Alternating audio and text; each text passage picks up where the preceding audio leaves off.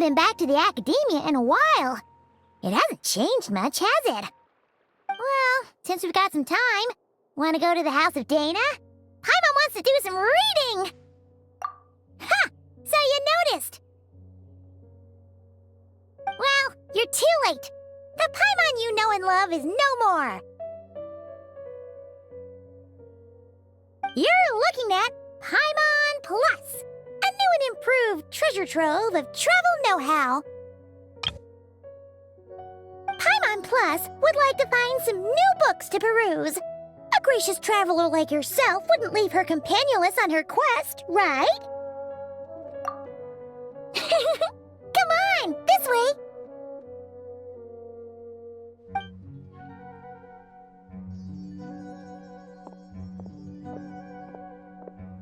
Oh, hey! It's Kale and Cyrus! Wonder what's going on. Let's go see. Well... You know what they say? Learning is a lifelong quest. Which means there's always another chance to read a book. But you never know when the next chance to reunite with an old friend will come along.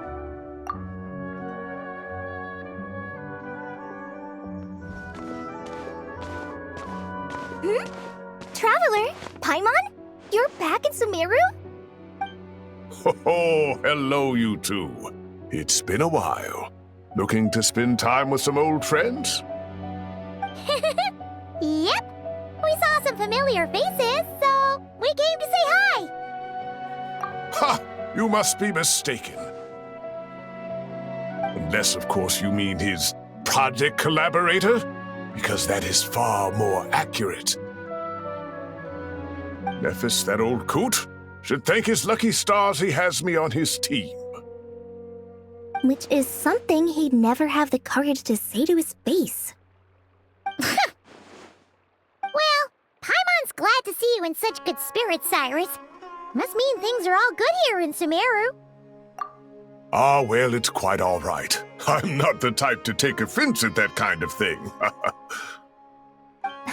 You definitely are.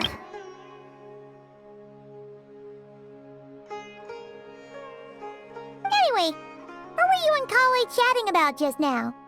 Ah, that. Well, it was quite a spontaneous meeting.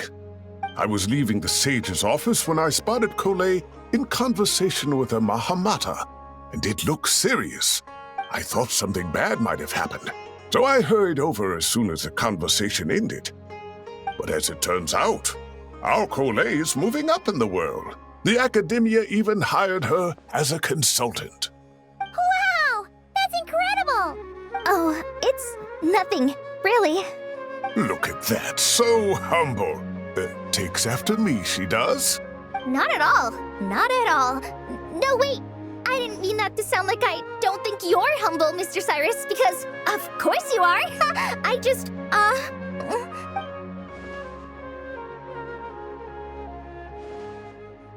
Oh, well, I wouldn't even call myself a consultant. I'm just helping out. Now that the new semester has started, a lot of students and scholars are doing fieldwork for their research. But it can be dangerous for those who don't have a lot of experience in the wild. So, the academia is planning to establish an agency that provides guidance on outdoor survival and rescue for people who need it. Oh, Paimon gets it! So, you're here to explain rainforest survival as a representative of the forest rangers. Yeah, pretty much. Of course, when it comes to tips on deciphering mechanisms or defeating monsters, that's for people who are far more senior than me to handle. And speaking of which, since we're short on manpower, the person in charge at the academia said we're still accepting newcomers. If you're interested, you're welcome to join and share your insights. Ah, seizing the moment. Well done, Kale. Recruiting someone as capable as the Traveler is a great idea. Oh, and just between the four of us, the academia has set aside a generous amount of funding for this project.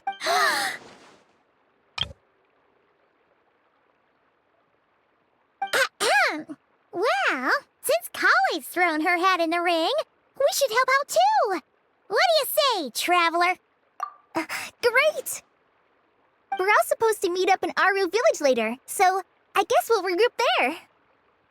I was kinda worried, since Master Tainari isn't around to help this time, but now I feel much better. Yeah, even if you don't trust the Academia's eye for talent, you can trust ours for sure. And mine, of course. I have as good an eye for people as I do for tomatoes. Well, there you have it. Thanks, everyone. Speaking of Tainari, how are things with him and the others? Good, thanks. All the forest rangers are doing great. Oh, but Master Tainari did mention that Sino and Sethos were heading to Gandharvaville. Knowing them, could just be to play some cards. I'm not sure. Apparently Sethos is bringing someone else with him too. But with my academia commitment, I didn't have time to ask for more details. Well, now Paimon's curious. Should we go check things out, Traveler? That's true, and I'm sure they've missed you. Now that is how it should be between friends. Getting together to play cards or enjoy a meal. Yet here I am, stuck with Nephis, who only ever calls to talk about research. Well, I won't delay your reunion any longer. Until next time. Goodbye, Mr. Cyrus. Take care. Alright, I should probably get going too. See you later, guys. Come find me in Aru Village when you're ready. Looking forward to seeing you shine, Kali.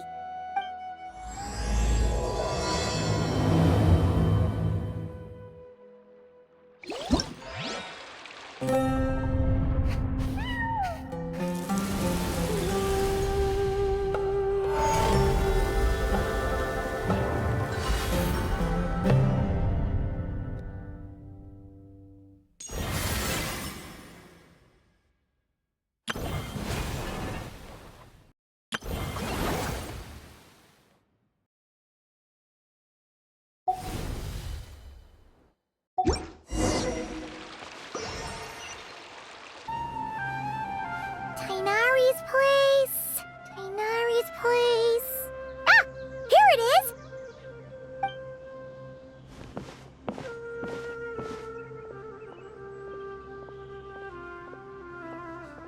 Sino! Sethos! Looks like the whole gang's here. Oh, and Layla's here too!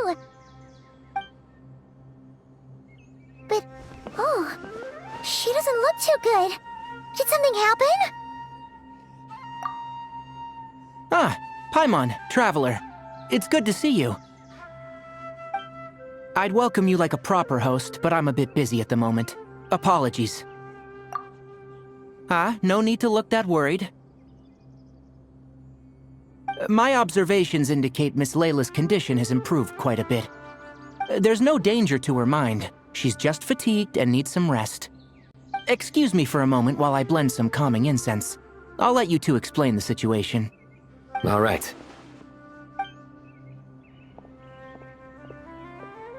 What happened was, Sethos and a few members of the Temple of Silence rescued Layla, who was out in the desert trapped in a state of delirium. She had to be rescued? Oh, that sounds bad. That's all you're gonna say about it, Sino? I mean, we don't want people jumping to conclusions. That's all I can say about it. The person involved is unable to explain what happened to her, so we're limited in what we know. Sorry. My head... still dizzy. The moons... Exactly how many are there? She's been repeating that phrase over and over again, but she can't seem to remember what happened to her.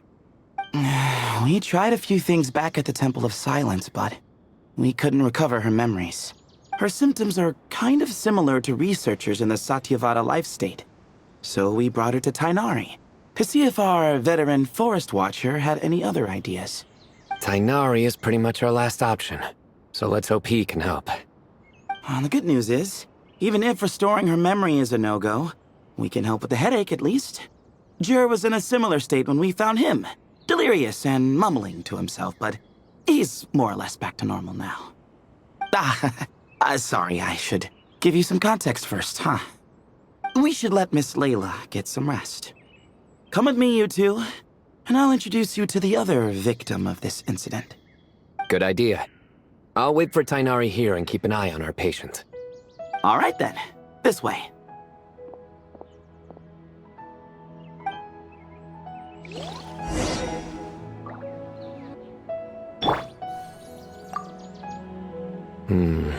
Something strange is going on.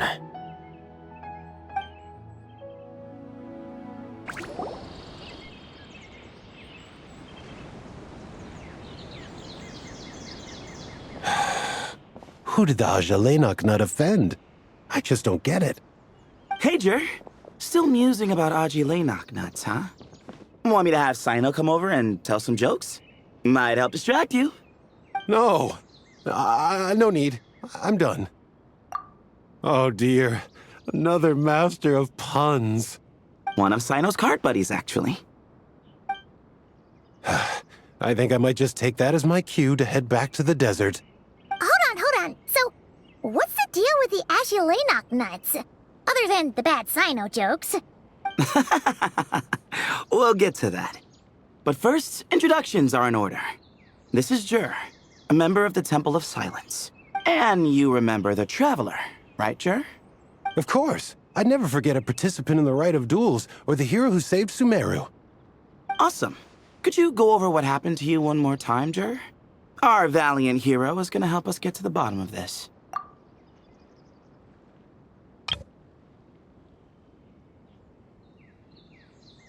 Might as well join since you're here, am I right? Just hear him out. You're gonna want to uncover this mystery once you do. I'd bet on it. Well, I was on an expedition in the desert not too long ago when I got caught in some quicksand. Later, it became obvious it wasn't normal quicksand because instead of sinking to my death, I fell into an undiscovered ruin. In my panic, arms and legs flailing about, I suspect I touched some things I shouldn't have.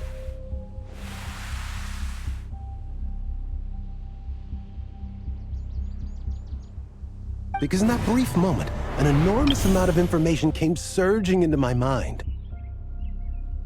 I would hesitate to even call it knowledge, because my brain had no capacity to process the information. To use an analogy, it would be like trying to stuff thousands of Ajalenok nuts into a small water skin without it bursting. Sorry again with the Ajalenok nuts, I know. It's fine. We're getting to that part of the story anyway. True. Well, just as I was on the verge of madness, a single phrase broke through the storm of thoughts in my head. It was a man's voice saying, "Don't eat Ajalenok nuts." What? I know it's hard to believe, but that's what happened. I was saved by the phrase, "Don't eat Ajalenok nuts." I'm not sure. I'm not even certain it was a man's voice. It's hard to remember now that I've been repeating it so much myself. Anyway, the good news is I no longer feel like my head is going to explode. Of course, the bad news is that phrase has been stuck in my head for the past few days. Wow. But doesn't it have the opposite effect? Like, the more you say don't eat it, the more you want to eat it? Yes, that's exactly right.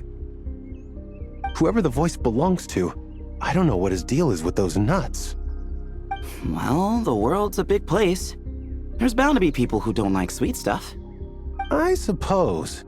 Strangely enough, I'm starting to think the voice belonged not to a man, but a cat. A cat? How? That's the question, isn't it? What would a cat be doing in an abandoned ruin like that? Just as my mind was reaching its breaking point, I could have sworn I heard the sound of a cat guiding me to exit.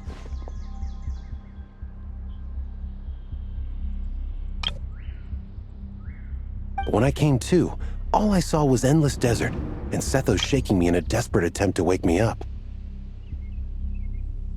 I'll admit, it was pretty terrifying seeing you like that. Staring off into space and mumbling about Ajalenok nuts. You sure don't sound terrified. Sorry. It's not that I don't care.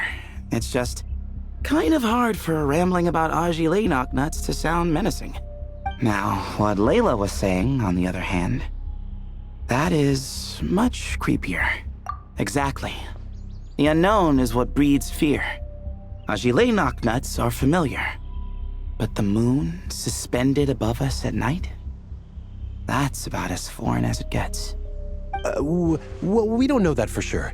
There could be a whole other world inside an Ajile knocknut, with a moon of its own. Huh. I guess. Ajile knocknuts are not to be underestimated. Right, yeah, of course.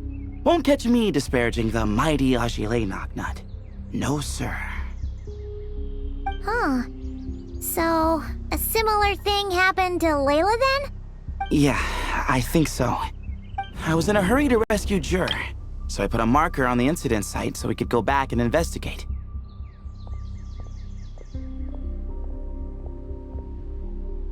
When his condition stabilized, we doubled back around to check and...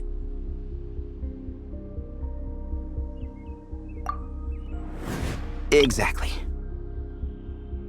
Multiple victims with the same symptoms at the same location. It wasn't hard to conclude that something is seriously wrong with that place. So, after we got Layla out of there, I had the Temple of Silence put up a warning sign at the scene and send patrols to watch the area. Speaking of, Sino, Tainari, and I are going to head back there and investigate once Layla is stable. So, as per usual, you're here just in time. That's for sure. But there's another reason I want Sino and Tainari involved in this. Because the story doesn't end there. Right, Jer? Oh, yes. Where was I? The Ajile knocknuts butted in and I... Right. Yes, the cat. As I followed the cat noises, the voice said something else. So, there are those from Tula who still endure. I thought that was strange, of course, because, well, was the voice referring to me? Records of my ancestry are rather sparse, so I'm not sure if my bloodline even traces back to that place. That's right. The Temple of Silence's place of origin. And the home of Tainari's people. Plus, Hermanubis, who Sino and I both share a connection to, was one of the city's founders. As the temple's current leader, if something strange happens in the desert, it's my job to get to the bottom of it. But it turns out, a lot of people have a horse in this race, and I'm not leaving any of them out. See? Knew you'd join. But yeah, that's all we know about Jer's situation. Tainari should be done on his end. Let's head back and check on Miss Layla.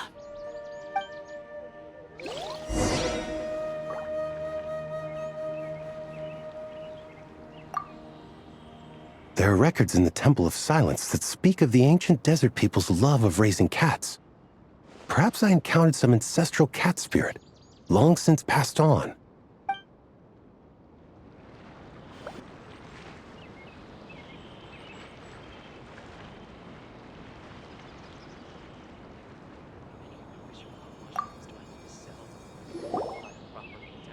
How are you feeling? But don't speak if it's too taxing. It's fine. I'm much better now, thanks. I feel like I haven't slept in 2 days, so pretty much back to normal. Whoa. That's your normal? Traveler, Paimon, I thought I heard your voices earlier. Oh, and, I'm sorry. Huh? You don't have to apologize. You didn't do anything wrong. No, I just mean, I think I'm about to disappoint you. My head was kinda muddled earlier, but I still heard your conversation. I know you're trying to figure out what happened to me, and I want to help, but I really don't remember anything. Does your head still hurt? No, I feel fine. The incense you made helped a lot. I'm still hearing those words in my head, but other than that, I'm okay. It's just, all I remember are those words. Everything else is a total blank. One moment I was heading to the stargazing point I'd calculated, and the next, I was on my back in the sand. The same phrase playing over and over again in my mind. How many moons are there in the sky? Sethos, did your friend Jur suffer from memory loss too? Not really. His memories are blurry, but there aren't huge gaps like this. He remembers touching something. Someone talking, a voice mentioning Tuletula, and hearing a cat lead him to the exit. A cat. Did you hear it too? Huh? Now that you mention it, I think so. It was so soft. I thought I was imagining things. Which means, at the very least, what the two of you experienced while escaping the ruin is consistent. A single sentence repeating in your heads, and the faint sound of a cat.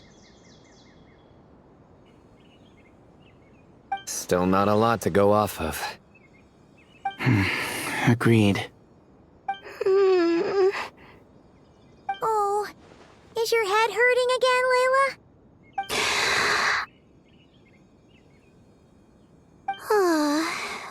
No, I was just thinking.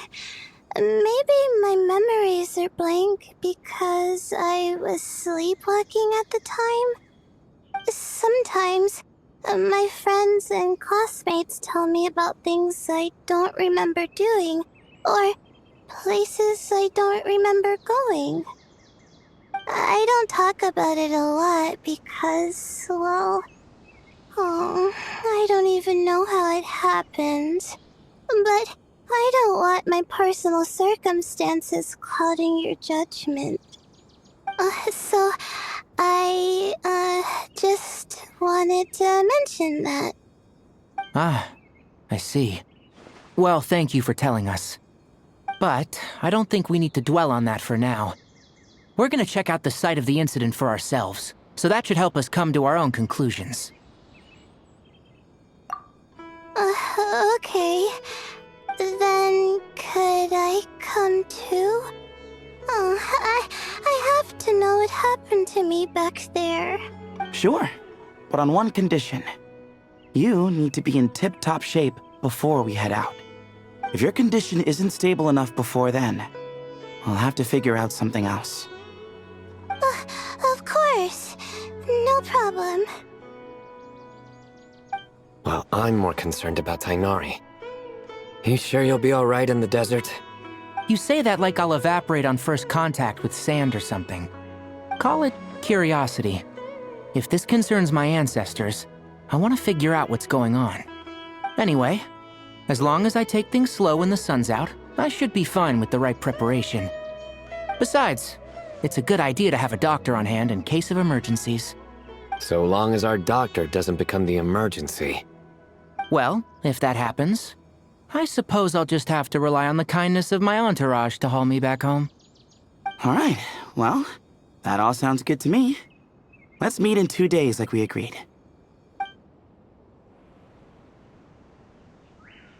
Jer and I are gonna head back to the Temple of Silence to do some research in the meantime. See you in a couple days. Sounds good.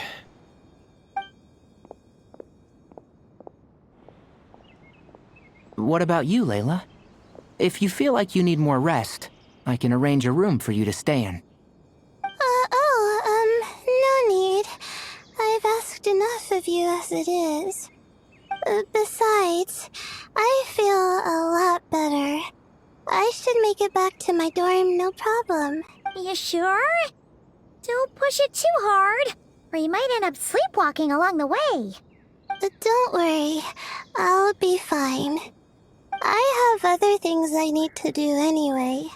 Like letting my advisor and classmates know that I'm fine, adjusting my stargazing schedule, things like that.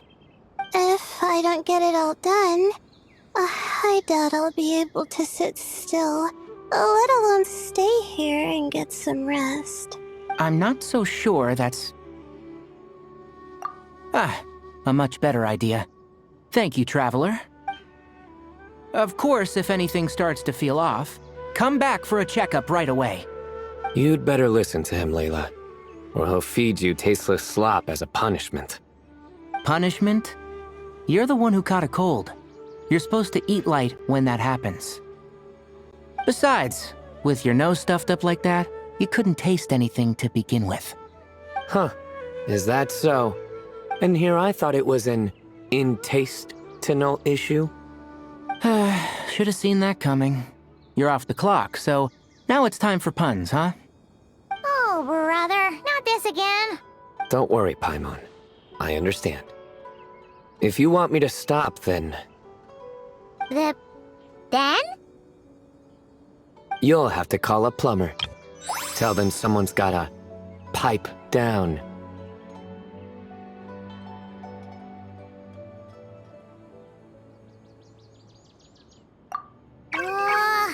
This is getting more insufferable by the second!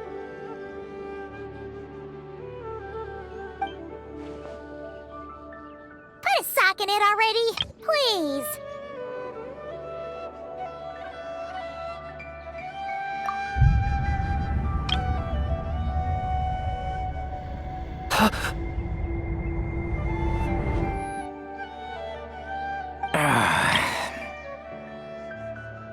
Paimon's done with this game.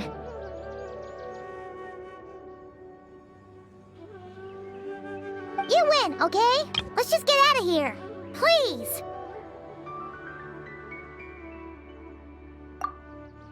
All right, you stay safe. I'll try to stay sane.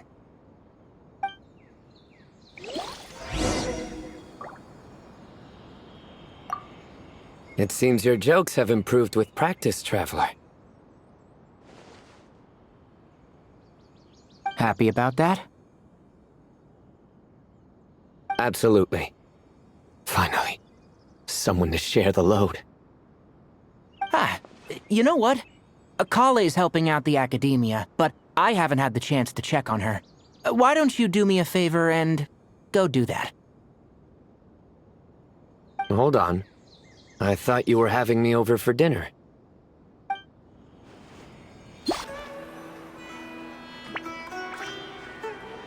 Moons. Ashelinok nuts. Moons. Ashelinok nuts. Are the moons going nuts?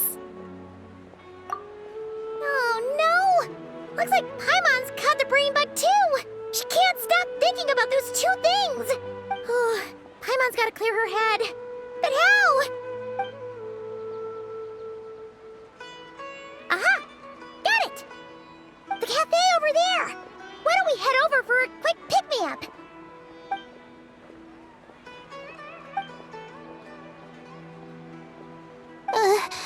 Sorry. I feel kinda tired all of a sudden. Wait! Is it because of all Paimon's muttering just now? Oh, sorry. The coffee will be Paimon's treat, okay? Hey! You make it sound like Paimon's stingy or something! Well, she'll just have to show you her true colors. Yeah! Starting now! You sit tight and take care of Layla, Traveler. Paimon's gonna get us some snacks and coffee. Be right back. Don't go anywhere in the meantime.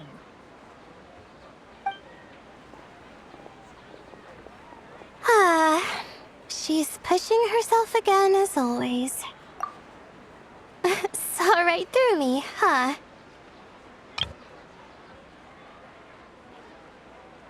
I apologize for the sudden emergence, but I didn't have any other options. Well, that's true. So, for our sake and your safety, Allow me to fill in the gaps in her memory. That's right.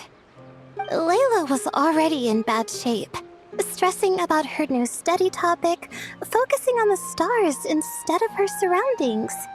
By the time she realized the danger she was in, it was too late.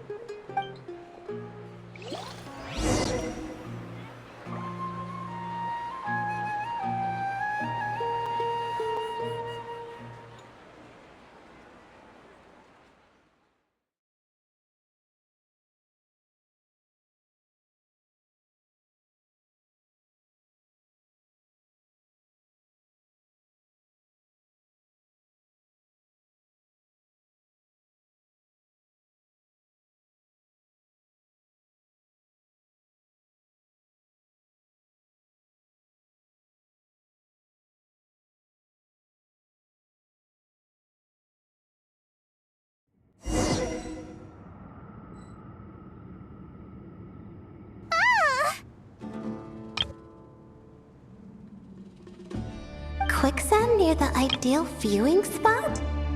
Wasn't expecting that. Looks like Layla's been under a lot of pressure lately. She hasn't been paying attention to her surroundings. But why would quicksand lead to a place like this?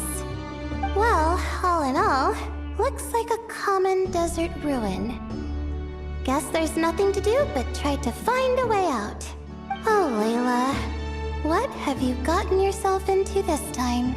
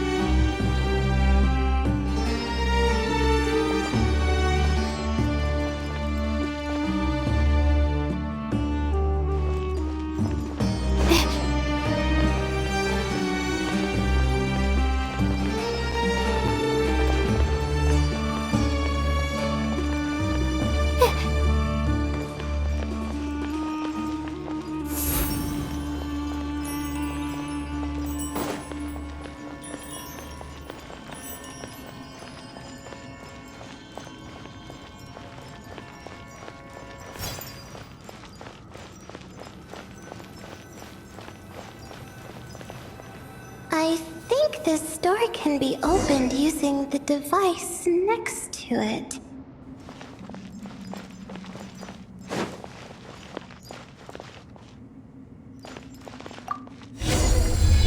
Just like I thought.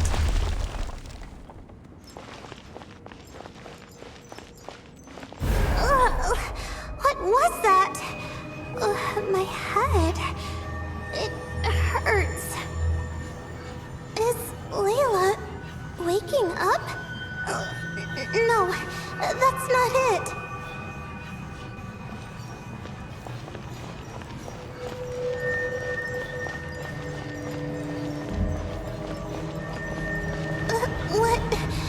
What's going on? It's too much. I don't understand.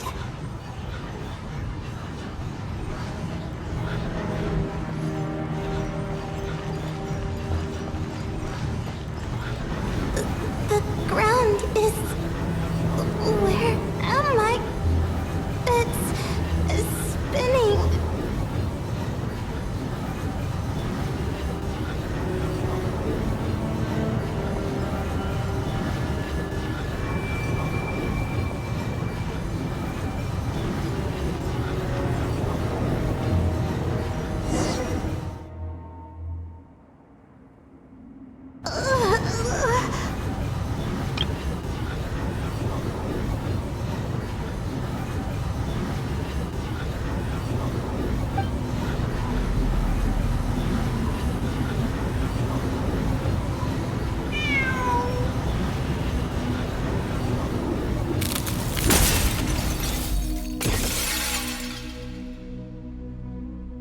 How many moons are there in the sky?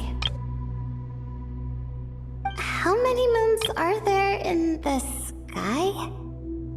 Okay, information isn't rushing into my brain anymore. That's good.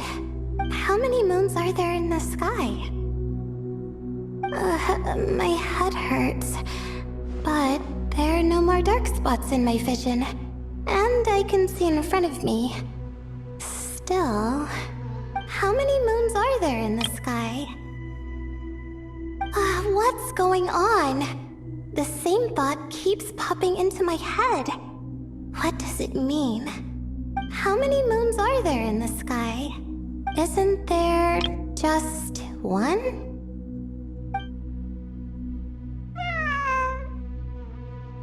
A cat? I think there was one earlier, too.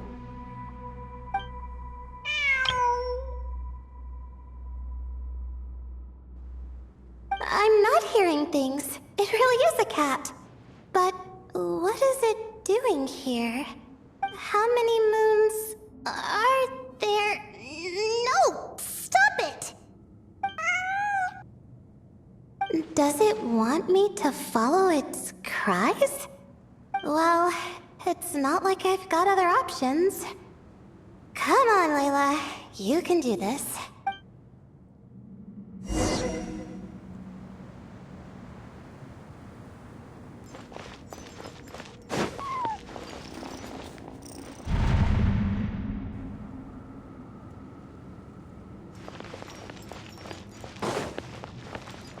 Not now.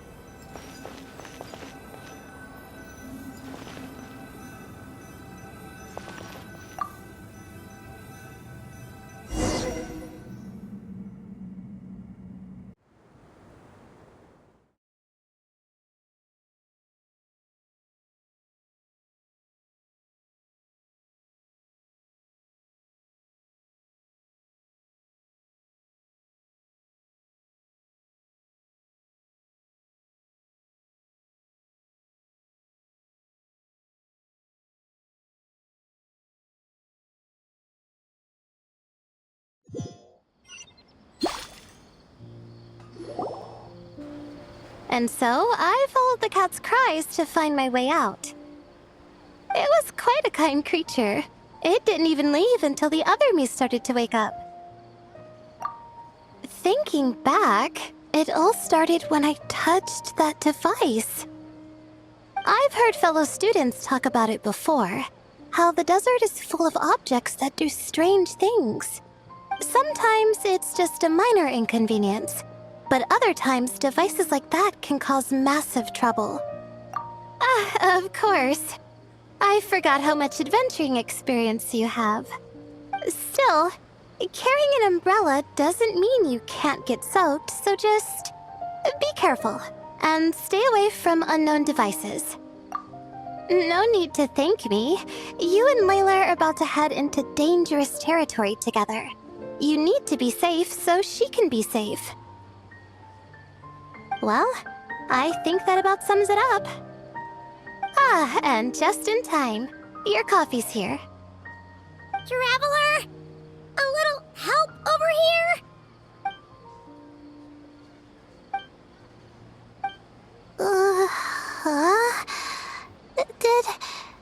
Did I fall asleep? Wow!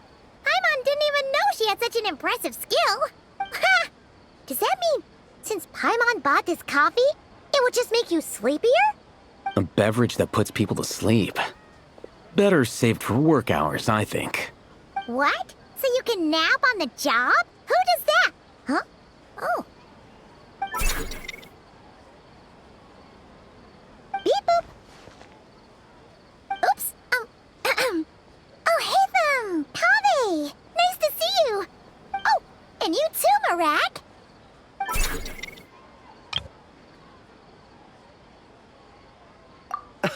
Sorry. Hope we're not interrupting anything. Miss Layla, you don't look so good. Is everything all right? Oh, I'm fine. I was sleeping just now, so I'm still a bit... Ah, I see. And we woke you, didn't we? I'm sorry. We shouldn't have been so loud. No, you didn't. I didn't mean it like that. Sorry. Wait, where are you going? You just got here. I'm going to do what I came here to do. Which is? Buy coffee beans.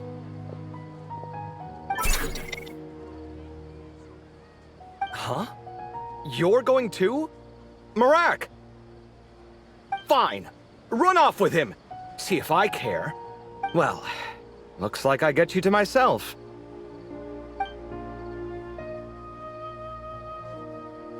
It's been a while, hasn't it? How have you been? So, a busy life of adventuring for you, and a busy life of academics for Miss Layla, is that right? Oh, is something wrong? Ah, the desert's not always the friendliest place, that's for sure. And from the look on your faces, I'm guessing this problem's not resolved? Don't force yourself to talk about it, of course. But I've worked on several projects in the desert before, so if there's anything I can do to help, just say the word. No, I don't have anything to hide. It's just... complicated, so explaining might take time. Ah, well, lucky for us, I've got that in spades.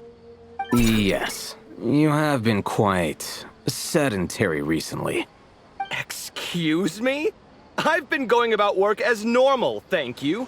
And, might I add, you do way less work than me. I do the amount of work that is required of me. Ah, yes, you and your stellar work ethic. The stuff of legends. Oh, now look what you've done. I've lost my train of thought. Where were we? The problem in the desert. Wait, you were listening earlier? Oh, we're giving the silent treatment now? Mature, very mature. Continue, Miss Layla. I'm curious as to how this incident unfolded. What did I tell you? This one doesn't have enough to do. Alright. Well... Could you still use some extra hands on this investigation team of yours? Huh? You want to join, Mr. Kave? That's right. I think my experience studying desert mausoleums could be of some use here. Al-Haytham's expertise in ancient languages could be helpful too. Besides, I consider you all to be my friends, and friends are supposed to help each other out. Wait, I'm involved in this now? Oh, please, I know you. Half the battle was over the minute you said you were curious. We couldn't stop you from joining if we tried. Well, you've got me there. This suitcase of yours has been jumping at the chance to volunteer for a while now. I imagine... You imagine? Mechanical life forms might also feel homesick from time to time. Huh. Now that you mention it, Marak's core was a component sourced from the desert. That could prove useful. You're sure you want to come with us? It could be dangerous. Oh, I'm sure. All the more reason to recruit as much help as possible. It's important to count on friends at times like these. Our pleasure. It's a plan, then. All right, we'll head back to our place to get ready. This one hasn't been on a trip in a while. Chances are, he doesn't even remember how to pack a suitcase. I'm not worried. It'll get done. Would it kill you to help every once in a while?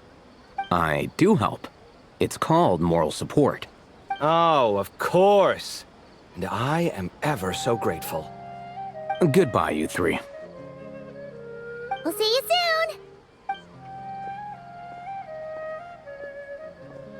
Oh, and Kave, coffee beans! You were too busy glaring at Alhaitham, you almost forgot them!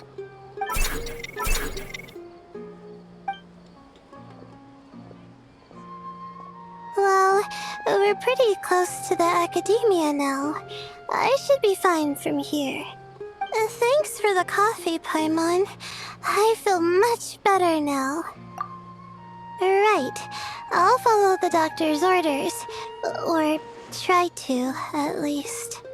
With the blessing of the stars, I hope we all get a good night's sleep.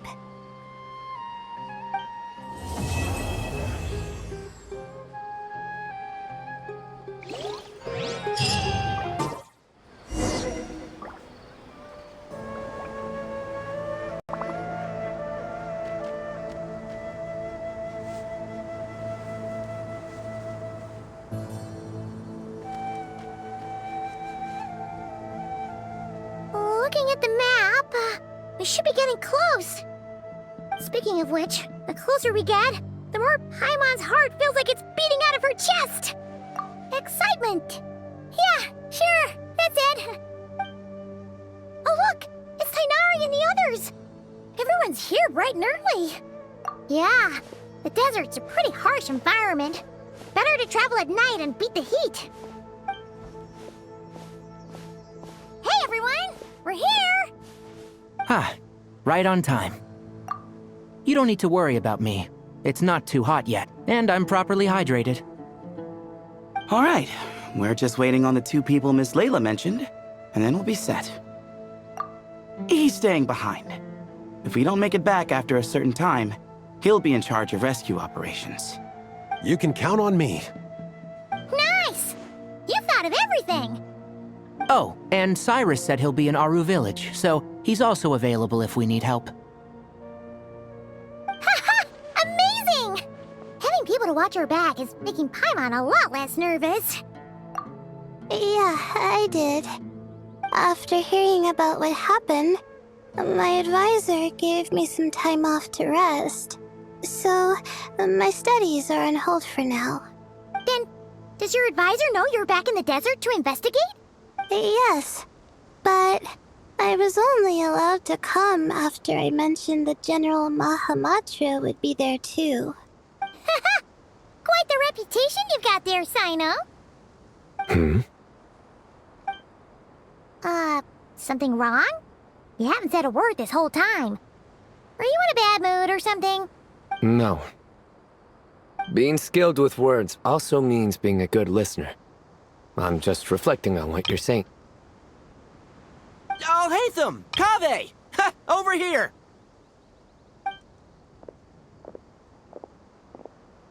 Darn it.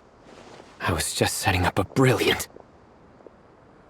Yeah. I'm sure you'll find another chance. The important thing is, our scribe and our renowned architect are here at last. High praise. But wait, why am I renowned and not him? He's just as famous as Sino, Dia, or Nilu. That just means your level of fame is even greater. How could a lowly scribe hold a candle to you? Lowly scribe? Please. All those strings you pulled to get those new books from the House of Dana? What do you call that? Borrowing. Anyone with an employee ID can do it. Uh-huh, yeah. The House of Dana bends over backwards for just anyone, does it? Send a report to Lesser Lord Kusanali then. Let her know someone at the Academia is abusing their position. Hey! I never said abusing! Impressive verbal sparring, as always. Oh, hello to you too, Marak. Well, looks like your assistant is raring to go, Kaveh.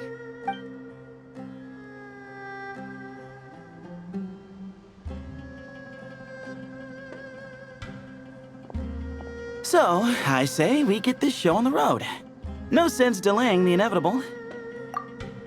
No need. We're in this together, remember? Sure. This is the entrance, yeah? Yes. Perfect. Then, if we're all set, let's get moving.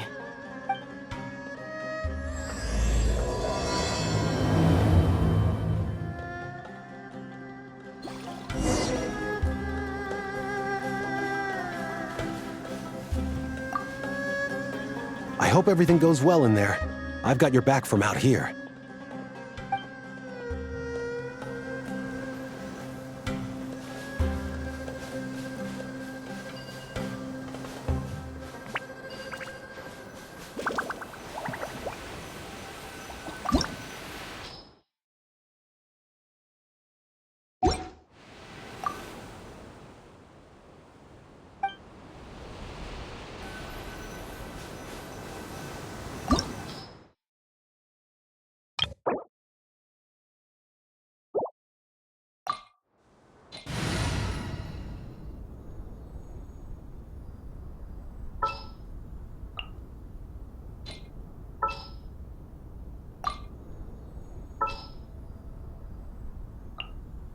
Time to broaden the horizons again.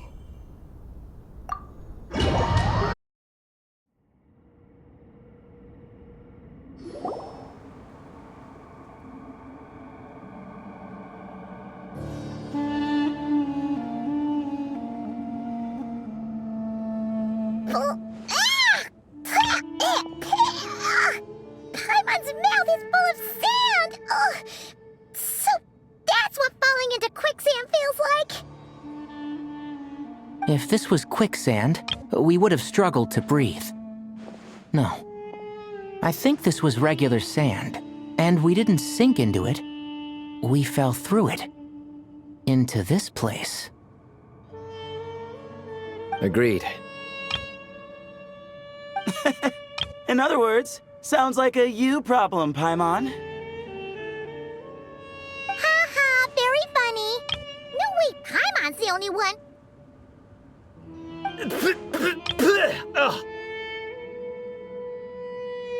Ha! See?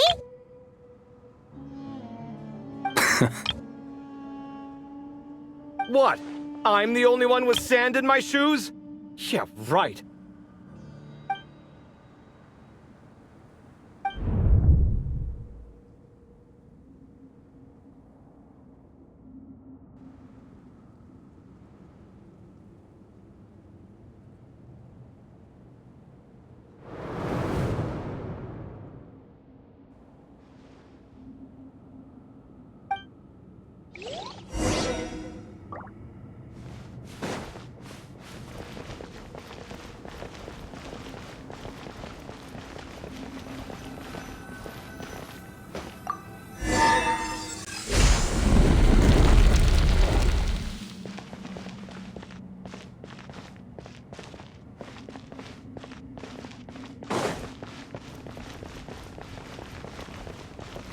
Whoa! There are monsters here?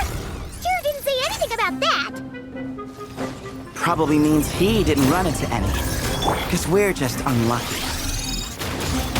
Not the best sign of what's to come. It'll be fine. Let's just use up all our bad luck and we'll be golden.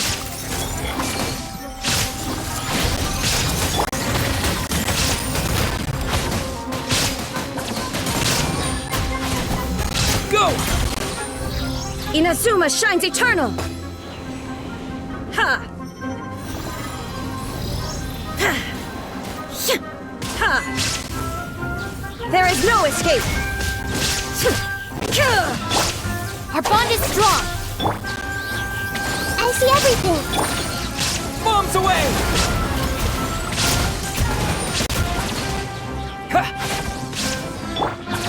I'll settle this.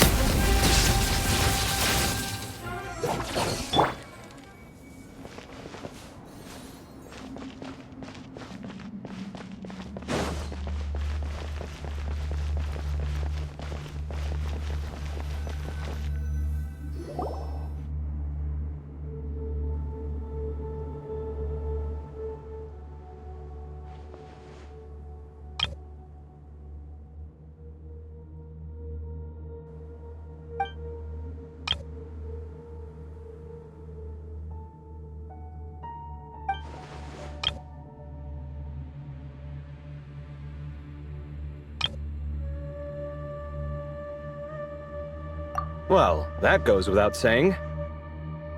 Fair point. There's just one problem, though. The only way forward is through that door. Oh, tea? Paimon loves this part! Don't worry, with our adventuring experience, we'll find it no problem. Let's get searching!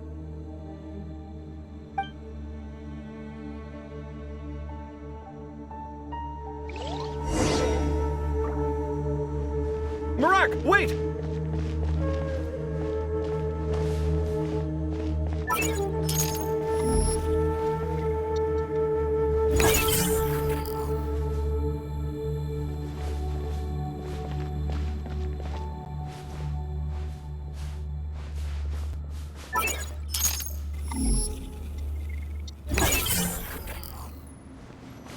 Marak seems interested in these jars. Go smash them. Ah, well, we would hate for you to have to lift a finger, Your Highness. What? Yeah. Yeah. Yeah.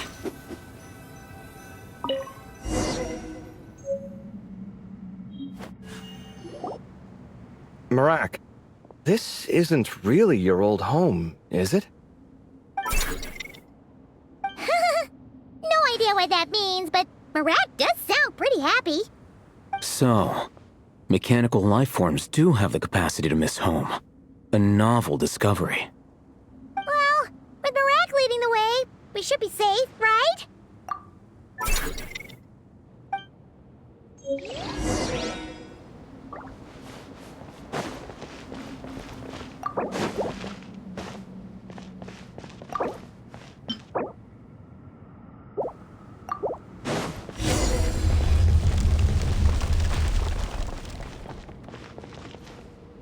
Good thing you decided to join, Kaveh. Otherwise, our investigation would have ended at that door. It was nothing that I did. You should thank Marak instead.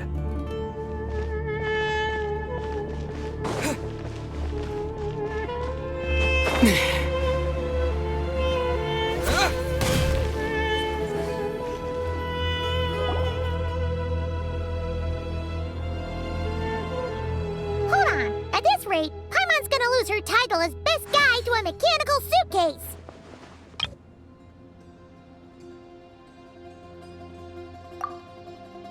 Aw, thanks. Hey, wait. What do you mean, useless? Well, no weird mental symptoms so far. I'll take that as a win. That said...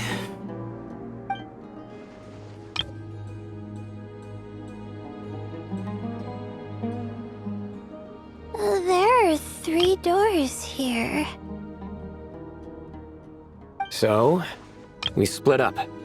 Divide and conquer. Otherwise, this whole thing is in ruins. No pun intended on that last part. I swear. Yeah, that might be our best option. Good idea. And the minute things go south, we go back the way we came. Ooh, this is getting exciting! So, who's teaming up with who? Paimon calls dibs on the Traveler!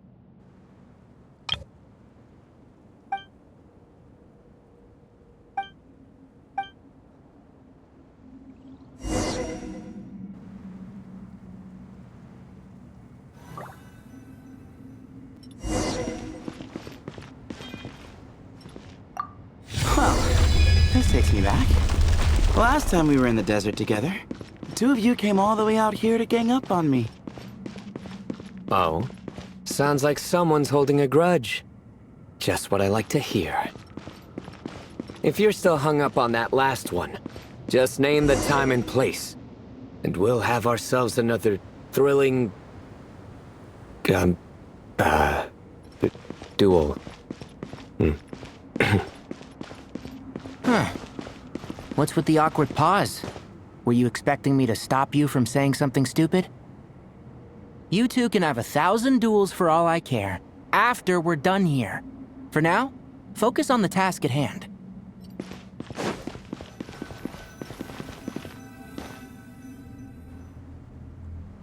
This chamber is huge. I can't even imagine what it's used for. Oh. What's wrong? I seem to have stepped on some kind of stone slab. Huh.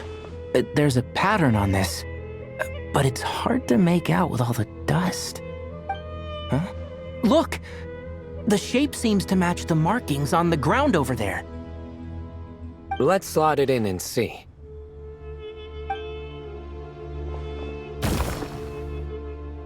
And we have a match. Looks like we need to find the other 3 broken slabs. Let's search the area, but be careful where you step.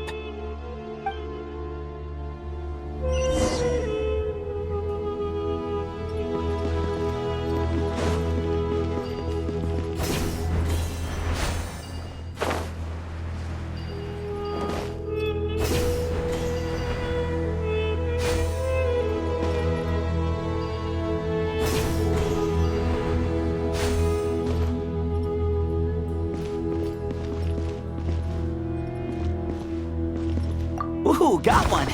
Ouch, but watch out. The edges are kind of sharp.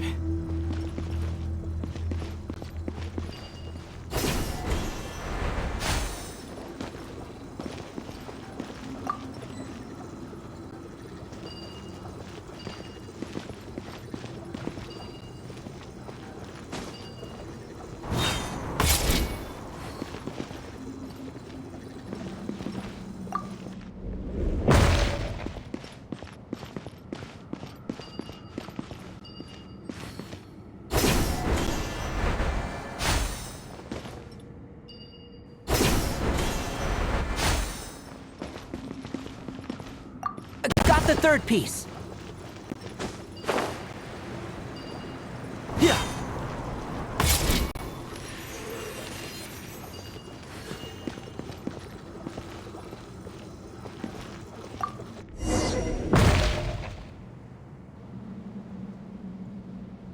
We just need one more.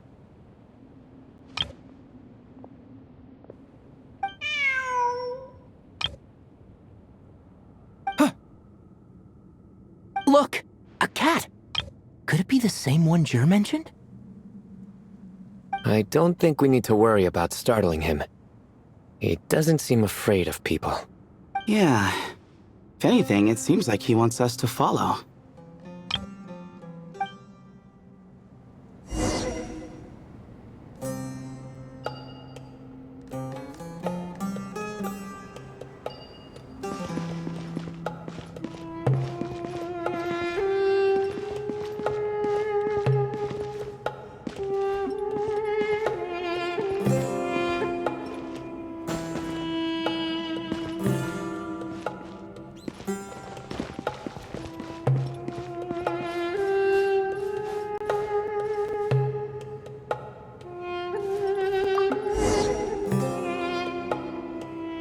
Oh, he led us to the last piece. Who's a good kitty?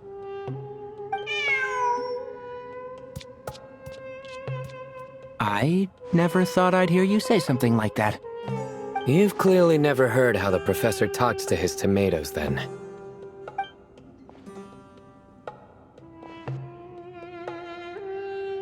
Alright, well, that's that. Now, we need to figure out how to get rid of all this dust. Behold, the great Vayu Viastra.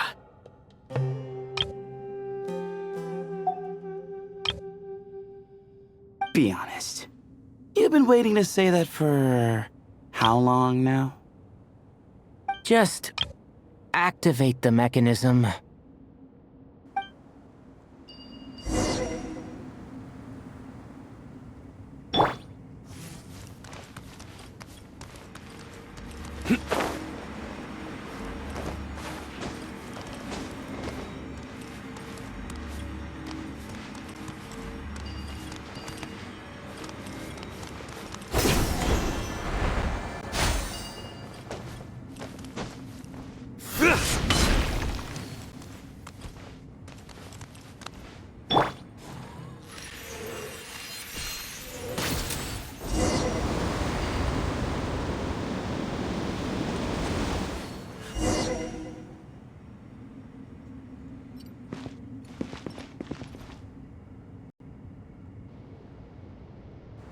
Huh. It worked. It's a picture of...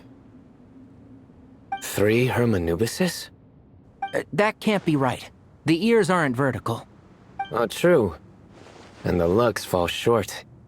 My hat is much better looking.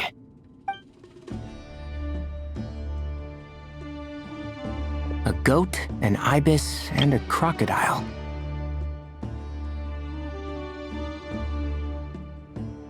Oh, wow. Our botanist knows more than just plants. Riveting observation. I was just thinking. These 3 figures look a lot like the 7 pillars of King Deshret. That's right. These are our colleagues. Our what now? You sure about that? Just kidding. But what I meant by that is, these were Hermanubis' colleagues back then. The middle one is the Goat King Hereshef, Minister of Ministers, the god Amun's most trusted chancellor. Records say he was the deputy king of the Desert Sands, chief among the 7 pillars. Someone even more impressive than Hermanubis? I wonder if that ever got his goat. Sorry, couldn't resist.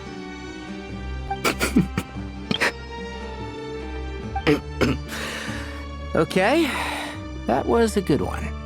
Wait, really? I've got so much more where that came from.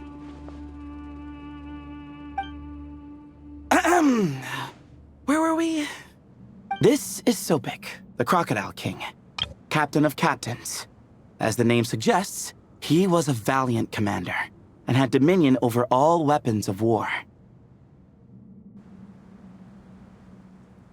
And finally, this is the Ibis King Thoth, scribe of scribes. Your memory's pretty impressive. I bet you're almost as good as me at memorizing cards. A scribe? Did he manage archives then? Like Alhaitham? Wait, that's all Alhaitham does? I never knew being an academia scribe was such a cushy job. Well, that's how his friend put it, anyway. But it does seem like he has a lot of free time. Well, I don't know much about the academia, but I'm sure the Ibis King had more responsibilities than that. The temple's records say he represented the wisest aspects of King Deshret, inventing the desert script and arcane arts at his king's command. He must have been quite the impressive man then. Or creature, depending on how you look at it. Still, why are these 3 the only ones represented here? What about the other pillars of King Deshret? Maybe because the 3 of them were extra close? Huh. Kinda like us. Oh yeah! Maybe we should have someone inscribe us on a commemorative stone slab too. Or we could just take a picture. It would serve the same purpose. Anyway, no more distractions. Huh. Doesn't it look like there's writing carved into the corner? Huh. There is. And it's in the ancient desert script too. Looks like the Ibis King left you some homework. Give me a sec. I'll try and translate it. The ministers are unvirtuous. The scribes unwise. The captains unworthy. My end is not humanity's end. Hereby bestow upon you all a far side of eternity. Wait, so they went to Aru? It doesn't sound like it was their idea. The far side of eternity is said to be the final land of dreams for all desert dwellers. But if such a place did exist, wouldn't it also be an inescapable prison? Yes, and based on the writing here, it's clear King Deshret wasn't pleased with these 3. This gift he bestowed upon them seems more like a punishment. Such is the power of a king, I suppose. Which means the goat's the one who got in the end. Huh. Yep, not as good the second time. What? Impossible. Well, looks like that's all we can learn here. Should we keep going? Yes, no time to waste.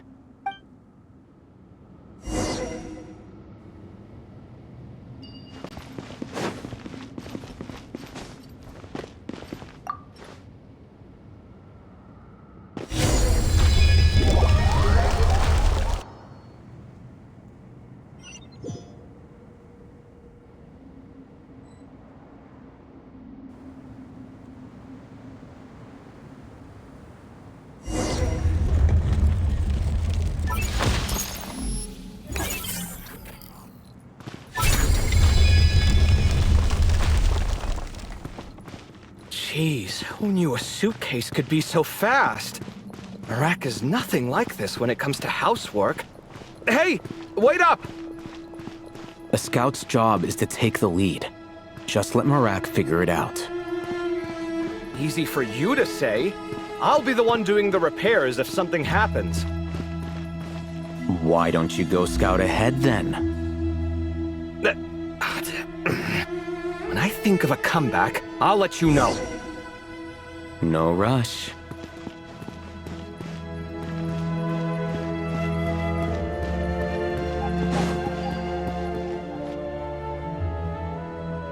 Oh, Marak stopped.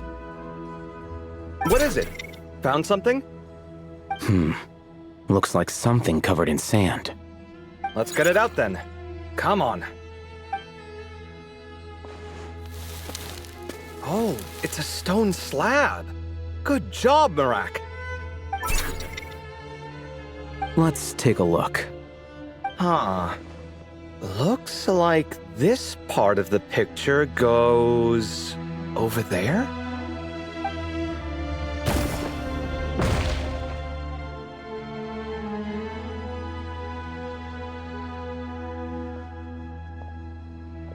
In that case, there must be other pieces. All right, and let's look around. Hey! Why are you sitting down? I thought Marak was helping. Oh, so you do know what that word means. Great. Are we supposed to just sit back while Marak does all the work? No, I doubt you could do that. Exactly. But I can.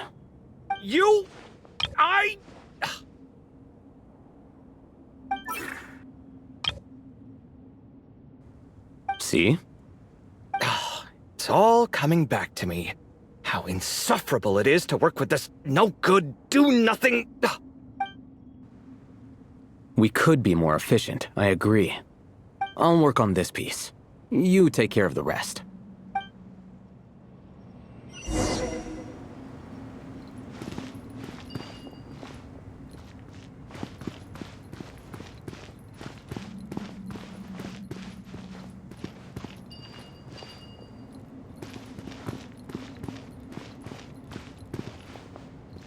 Found one!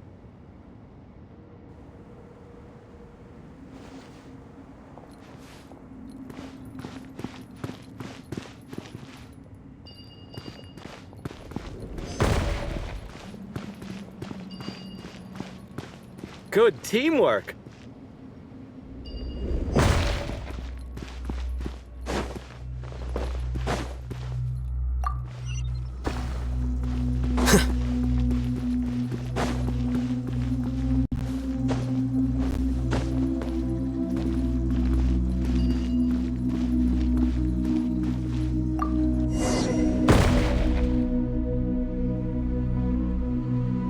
Looks like we found them all. The pieces fit together like a glove. But we can't see what's on them. Turn around. Huh? Look. Oh, I've seen this before. It can create strong winds. Just what we need to clean off the slab. Come on, let's... Hey! Don't worry about me. If I sit here, I won't be in the way. Oh, you don't want to be in the way? Then sit right in front, so the device can blow you straight back to Sumeru City.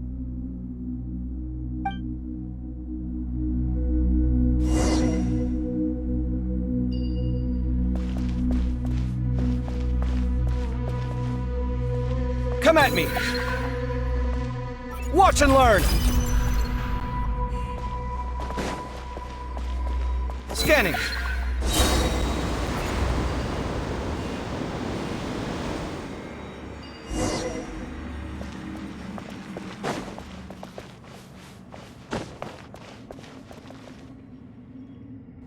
Done. Huh. That's one big cat. And there's a shattered crown. I think it's depicting some kind of story. Look, there's writing too. The Ibis King answered the young noble, granting him the wisdom he sought. But the fragile crown was shattered by lies in the end. Here I leave the name, Gudars. Gudars? I've seen that name in a history book before. He was a young noble who sought to save his realm, and a king who once united the desert. That's right. Although his methods were rather shameful. During his long reign, he betrayed his family and the nobles who supported him, only realizing the error of his ways after his enemies left him nowhere to turn. But by then, it was too late. Seems like a common occurrence across history. Different people, same mistakes. It's an inevitable pattern, destined to repeat itself. The writing mentions the Ibis King, but a cat is depicted here. Does that mean... So far, what's depicted on the slab seems true to history. In which case, this cat is either a proxy for the Ibis King or a manifestation of said king himself. Exaggeration is a common method ancient records use to highlight a being of higher status. And as we know, Layla and Jur both heard the sound of a cat while escaping the ruin. You're saying the Ibis King, one of the legendary 7 pillars of King Deshret, is here, still helping those in need? I'm saying we can't rule it out.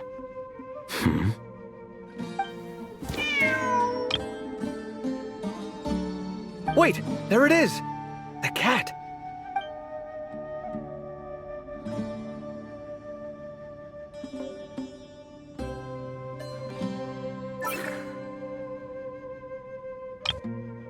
Ah! Marak went after him! The cat's showing us the way forward. Come, let's follow. Okay.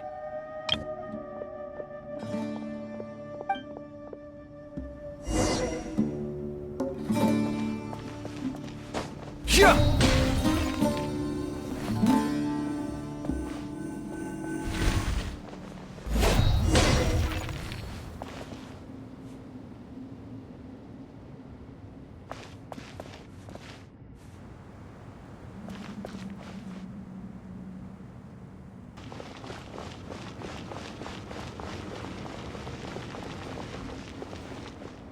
Huh.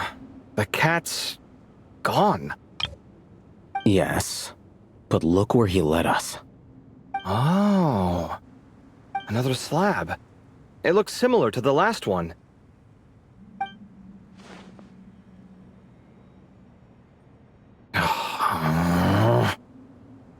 Oh, by all means, take your sweet time. Wouldn't want you to overexert yourself.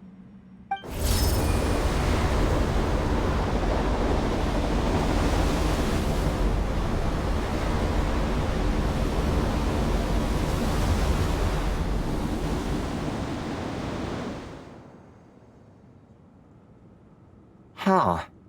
The scene depicted here... Seems to be a different tale. The Ibis King answered the gin-blooded dancing girl, granting her the wisdom she sought. But enemies plotted to kill her close kin. Snake venom was her self-chosen end. Here I leave the name, Makaira. The Temptress of Woe? You've heard of her? Of course. I don't just sit around doodling all day. She's mentioned in tons of papers about the desert. As I recall, she was given as a gift to the tyrant king of Gurabad, and later seized the opportunity to kill him. After getting her vengeance, she reigned as queen for many years, until her enemies attempted a coup, and she took her own life. That's more or less the version I've read as well. It seems this queen also had dealings with the Ibis King. Yeah, I'm starting to find this whole granting wisdom business a bit concerning. I mean, considering how Gudars and Makaira ended up, it might not have been a good thing. But, at the same time, if the cat guiding us is linked to the Ibis King, then he doesn't seem like a villain either. People are complicated. And the same is true of the servants of the gods, no matter their wisdom or power. Let's reserve judgment for now and keep moving.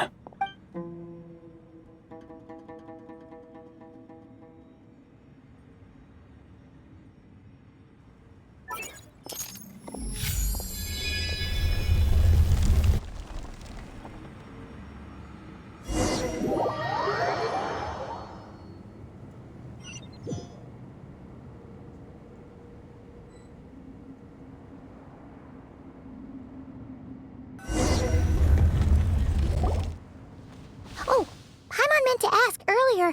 Have your memories come back, Layla? No, sorry. To be honest, nothing about this experience feels familiar. Besides, my focus is the stars, so I don't spend a lot of time exploring ancient ruins. Guess that makes us the senior researchers in this scenario. Stick close, all right, Layla? Okay.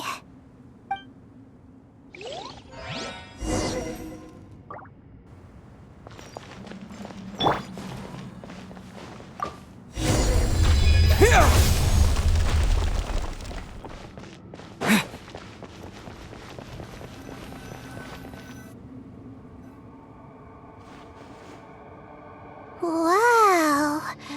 What a tall ceiling.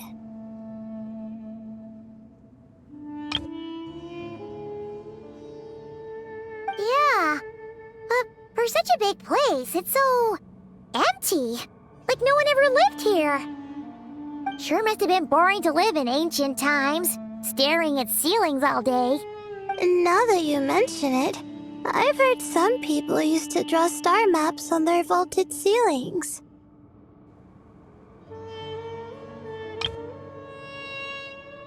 Some might even make them transparent to better observe the movement of the stars. It sounds so nice. Stargazing from the comfort of your own home. Wait a second. I think I see something up there. Huh? How is Paimon supposed to do that? Oh, right. Flying. Duh. All right. Sit tight, everyone. Adventurer Paimon will be right back.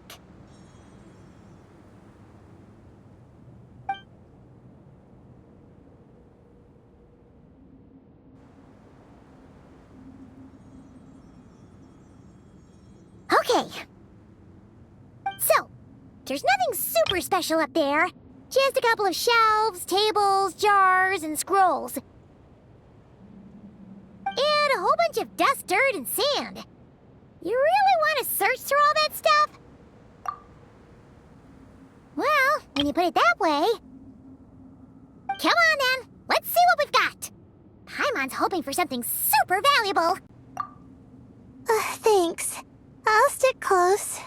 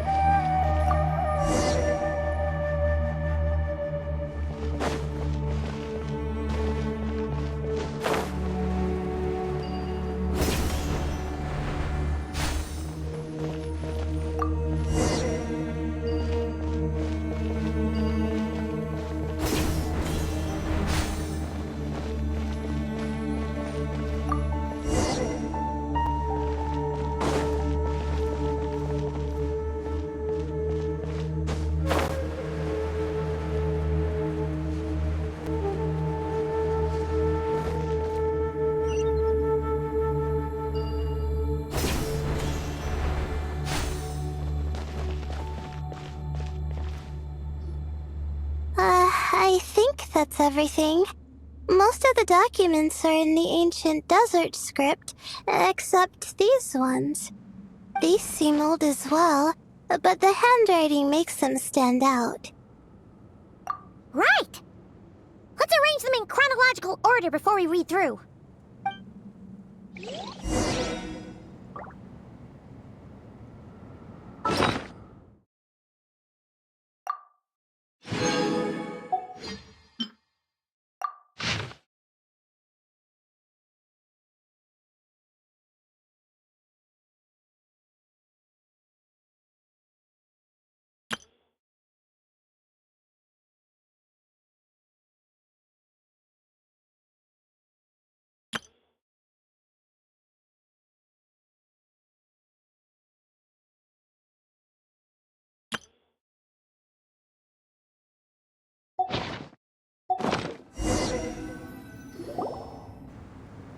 Okay, now let's take a look.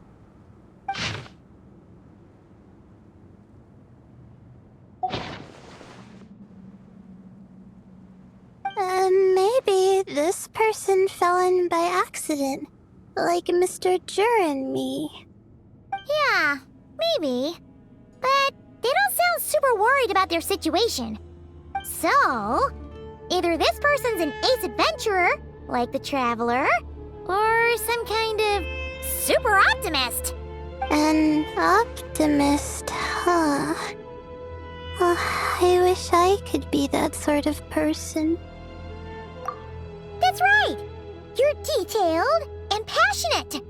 Great qualities for an adventuring buddy. This optimist seems super obsessed with exploring every corner of this place. That could have gotten them in big trouble for all we know. Well, I appreciate the compliment. It's almost magical how words like that can make you feel like you can do anything. I only wish that magic could last a little longer. Until I figure out my new study topic, at least. Oh, looks like you were spot on, Paimon. See? Told ya! That's what happens when you don't think things through. And all this talk about seniors and juniors, he was a student just like you, Layla. Whew, he sure talks a big talk for a student, though. You'd think he was some kind of old scholar instead. Huh. What is it? Did Paimon say something wrong? No, not at all. I was just thinking, and this might sound rude, but the way this person speaks is just so... you notice too. I mean, it's good that he helped treat his companion's wound, but it didn't seem like it was out of kindness. More like he was looking out for his own self-interest, or thought he could get something out of it. I don't know. Maybe I'm reading too much into it. Yeah. If you're both in this dangerous situation together, wouldn't you mention them at least once? If it were Paimon, she would write down the name of every single person she was with. No one would be able to get away. Actually, I find Paimon's approach quite sensible. It makes sense from a safety perspective, too. That way, if anyone came to the rescue, the notes would be able to tell them everything they needed to know. Whoa! That's genius-level thinking! Well, I learned that from Madame Farzan, actually. I'm not speaking from personal experience or anything. Oh, no! I'm just a student.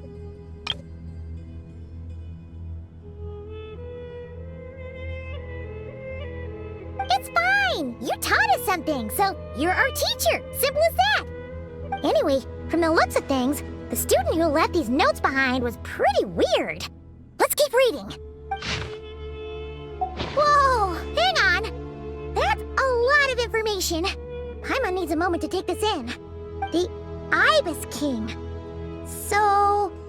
did this person actually meet the Ibis King here? Sorry. Who? Jeez, not again! Stop teasing her, Traveler! You know she was asking about Nefer. Anyway, Nefer's, a friend of ours. And she's mentioned the Ibis King before, but not in much detail. Oh, I see. Well, that's not too surprising. Most people in Sumeru know about King Deshret, and most in the academia have at least some knowledge on the 7 pillars.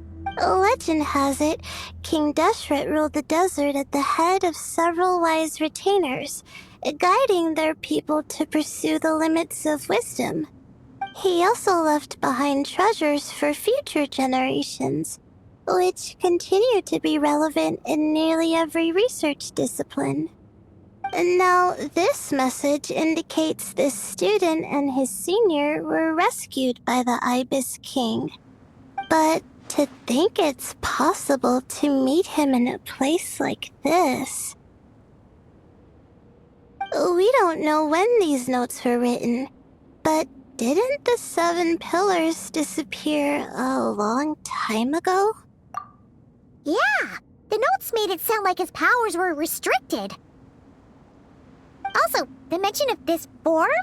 What is that supposed to mean? I'm not sure. Let's keep reading. Oh, this is the last page. There's even a signature at the end. Well, sounds like they made it out. Guess it was a happy ending after all. Wait. But it says, the Ibis King cannot be trusted. Huh. Our friend said something similar. That the Ibis King was a liar.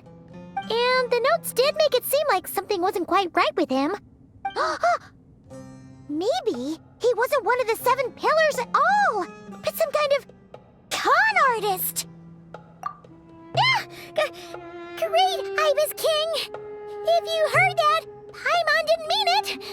Please forgive her. Don't trap us here. I think Paimon raises a good point. Let's keep our guard up just in case. Alright, I think that's all the clues around here. How about we... Oh, it's Marak! That means Kave and the others should be around here, right? Hello? Anyone up there? Can you hear us? Yeah, we can! You know, sound travels just fine in an empty chamber like this. You don't have to shout. Of course, if you're shouting to express your excitement at being reunited, by all means, pretend I never said anything. Yelling like this is kinda exhausting. Come on, let's head back down.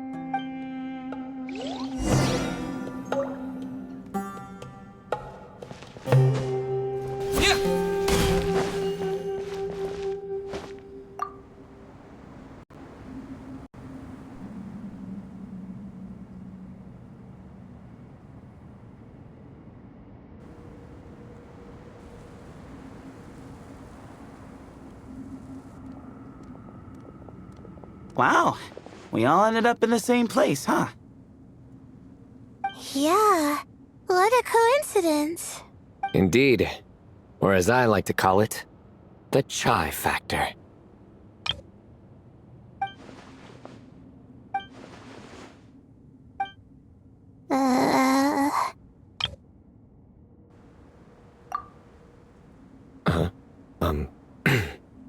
No reply?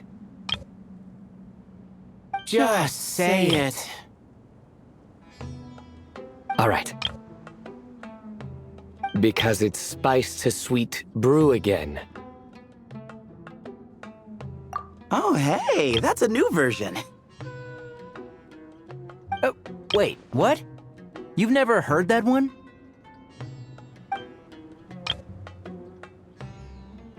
What are you looking for? A place to sit and read my book. Oh, great. What else is new?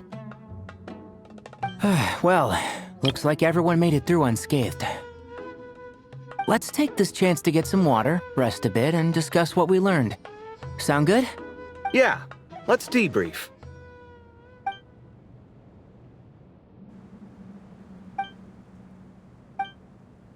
Okay, so we all learned a lot, but it feels like we ended up with even more questions. Yeah, but one thing's for sure. Hey, Sino. You're the current representative of Hermanubis. Can you call him up for a sec? Of course. Just let me sense his presence.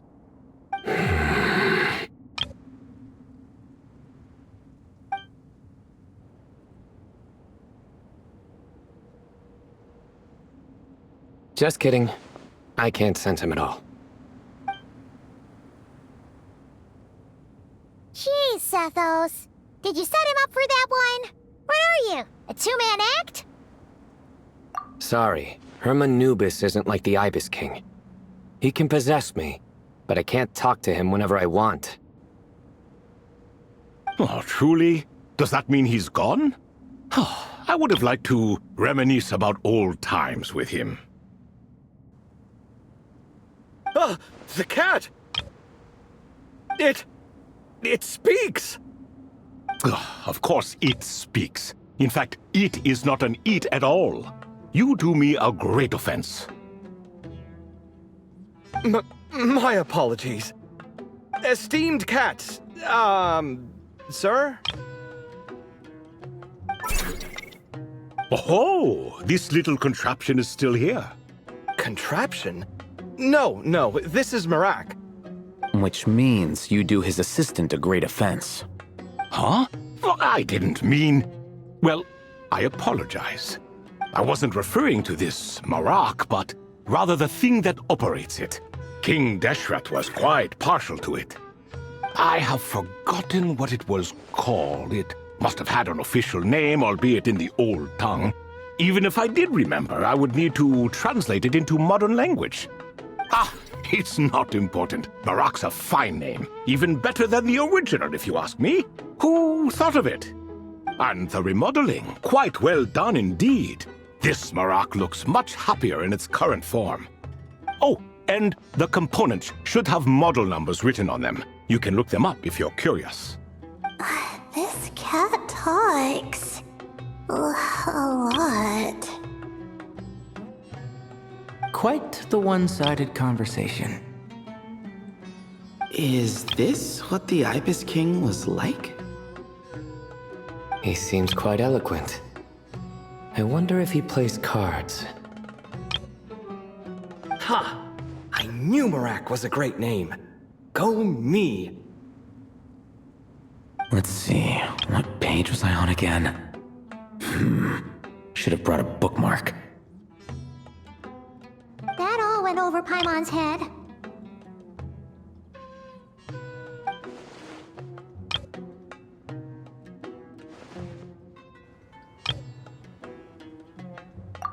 Hello indeed. For you to know my name. Yes, I was not mistaken. You are special among your companions. But you are all guests. It is only proper to invite you in. Come then, this way.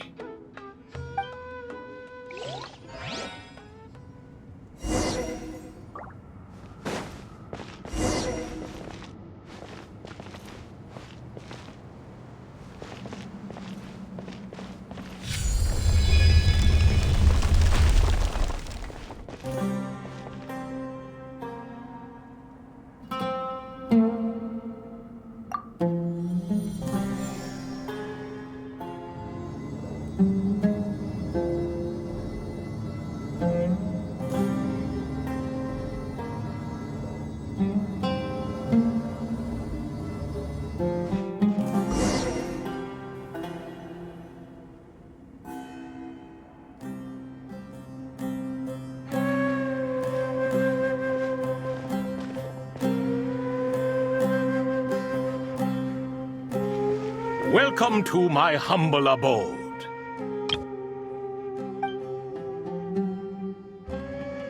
Oh, your house sure is spacious, Lord Ibis King. I fear it's not quite what it used to be. In fact, it has long ceased to be my home at all. It belongs to the descendants of the cats I once raised. Such adorable creatures, aren't they? Take the one I'm borrowing here, for instance. A chubby fellow with such lovely fur. Anyway, tradition dictates that a special guest such as yourself be presented with a gift. Alas, it's a first-come, first-served basis, you see. I fear with the passage of time, none are left. What? So the treasure's gone already? Treasure, you say? Not an inaccurate description. Yes, and no. I have the power to grant gifts inaccessible to the masses. The only requirement is answering a question. Not a bad deal, yes?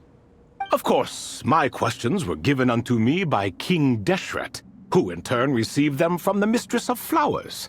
There are 3, and no more. What causes our rise and fall? What obliterates love and hate? What determines truth and falsehood? The more he talks, the less Paimon understands. I see. That must mean Gudars and Makaira managed to answer 2 of the 3. Another who understands. Oh, so that's the event those 2 slabs are depicting. Ah, priests and their records.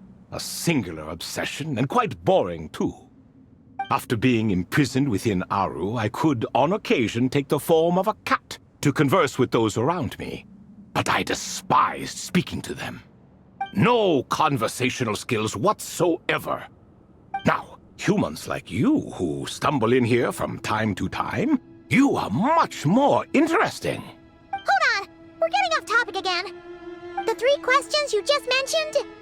What are they for, exactly? Ah, that is a story that begins with King Deshret. And we're in for another long one. Nostalgia for the past is common to us all, is it not? And our king, he was such a proud, solemn man in those days.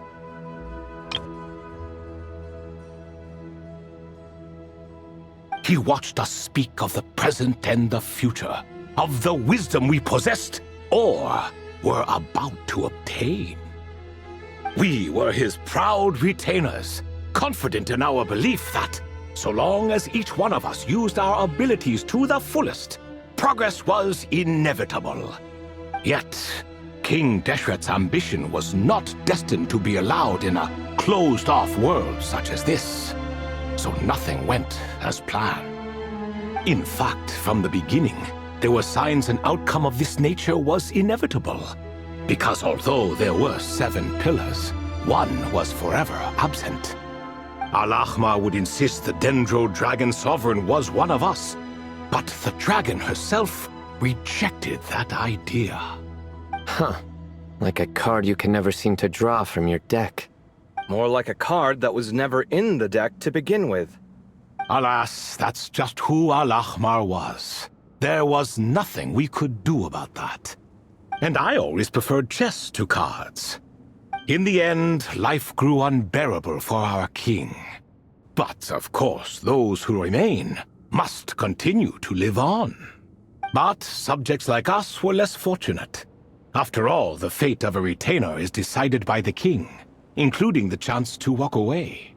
So it was then that King Deshret had Kroko, Goti, and I locked up within Aru, where we remain to this day. Kroko. Goti? Ah, of course. You're more familiar with their full names. Sobek, the Crocodile King, and Hereshef, the Goat King. And let me tell you, when it comes to chess, Hereshef was a habitual backseat strategist, always spewing nonsense from the sidelines. Well, Sobek was all too quick to take his terrible advice, to the point where I was the one who got accused of cheating. Chess is an exercise in patience. And that man couldn't sit still to save his life. He could never excel at that game. In fact, neither of them were good at chess. Even so, we played together often. And since I was always the winner, we got along quite well. What are you laughing at? Were we not good friends? No one's laughing. Paimon would never. No, not you. It's Goti. He's laughing for no reason again. Can you not hear him? Ah, right. Of course you can't. The two of them are inside Aru, as am I, so only I can hear them. What is even going on here? Has he, started to lose it after being trapped for so long? That does happen to prisoners serving life sentences. Speaking of which, how's Azar doing these days? I doubt he's doing much of anything. Just what I wanted to hear. What is the meaning of this? You doubt my words? I have half a mind to not talk at all. Oh, no. They're not questioning you, Lord Ibis King, just discussing other things. Please, continue. In that case, where were we? Getting to the part about the 3 questions. Hopefully. Ah yes, we're almost there. Before I entered Aru, King Deshret said I could be released from my eternal seal if I chose humans who could provide the correct answers to those 3 questions. The first person who caught my eye was Gudar's. I asked him, "What causes our rise and fall?" He answered, "Conspiracy and betrayal, for it renders the righteous and wise unable to succeed, and thus nations fall."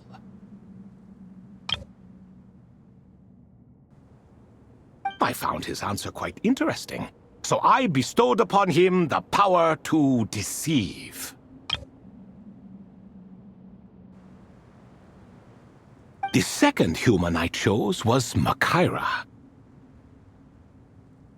I asked her, "What obliterates love and hate?" She said unto me, "I have nothing left to lose. Vengeance alone can quench both love and hate."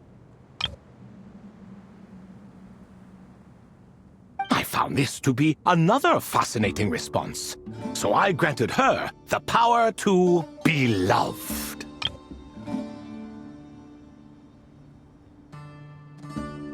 But both of them ended up...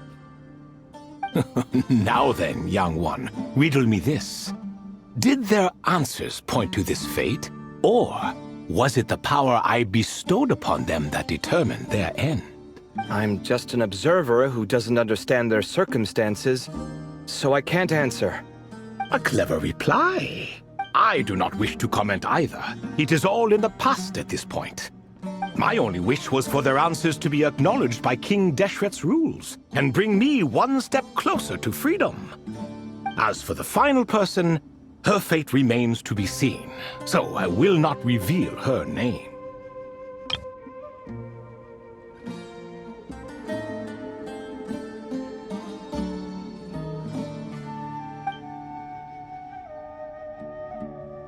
I asked her, "What determines truth and falsehood?" and found her answer quite compelling, so I bestowed upon her a gift to match. As you can see, however, I have not been freed, so it's clear the answer she gave at that time was wrong. But alas, 3 people were chosen and 3 questions were asked, so now all I can do is wait. Wait until her wisdom is in line with the rules set forth by my king. Until she has found the true answer to that question. No wonder there was no 3rd stone slab then. Or perhaps you're just not ready to include her in the story. Though that might be a generous interpretation. Well, it's not merely because her story remains unfinished. As the remaining priests of this place left or passed on, there were none left to record the events that followed. Besides, stone slabs are few and far between in the Great Red Sands. In the sprawling desert, very few things or people even manage to leave a trace.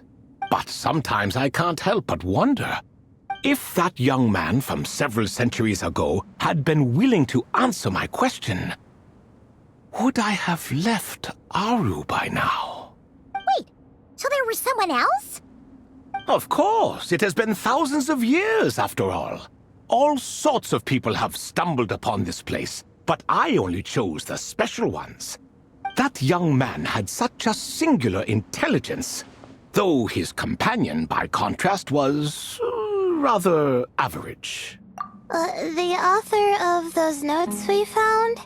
The student named Zandik? Ah, yes, I think that was his name. In truth, I was unsure whether I should grant him my third remaining gift.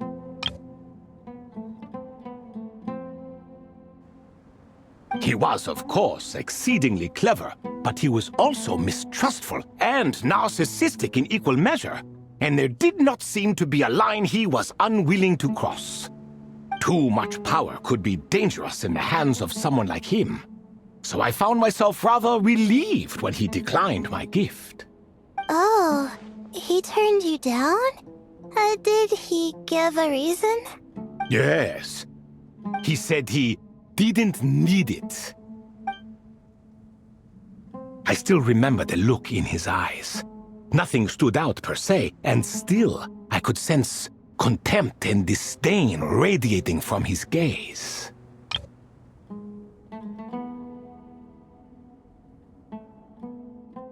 I could not give an exact reason, but on instinct I just knew it would not end well to get close to a man like that.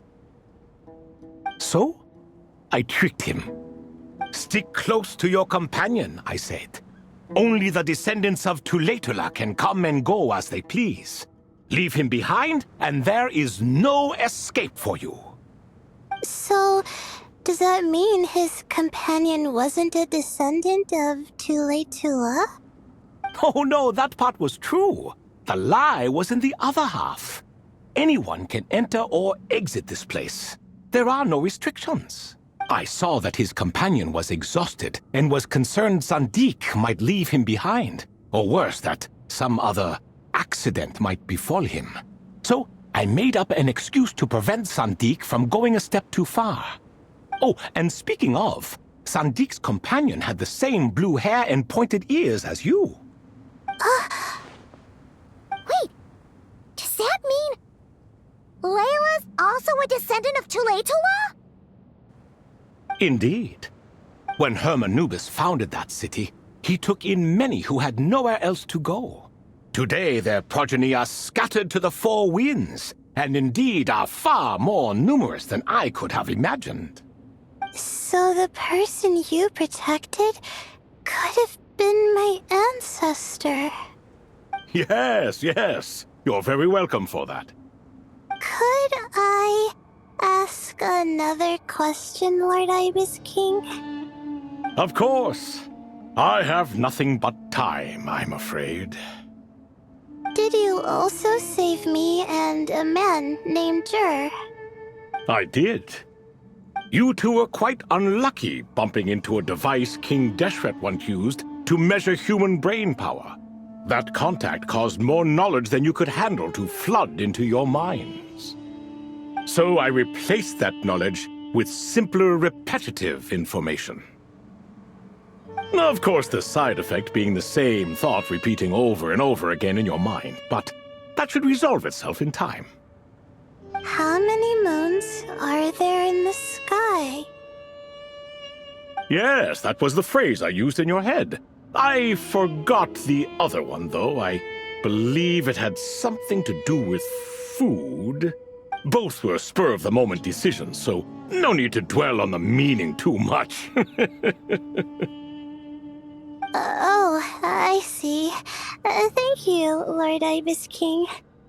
As I said, young one, you are most welcome. If you're inclined to return the favor, perhaps you could turn off that device so no one else can trigger it? There's only so much a cat's paw can do, so I'm afraid this is something I must leave to you. Or Marak, I suppose. Oh, splendid! Another one bites the dust. Such is the fate of things here. Day by day, little by little, the remnants of ages past fade into obscurity.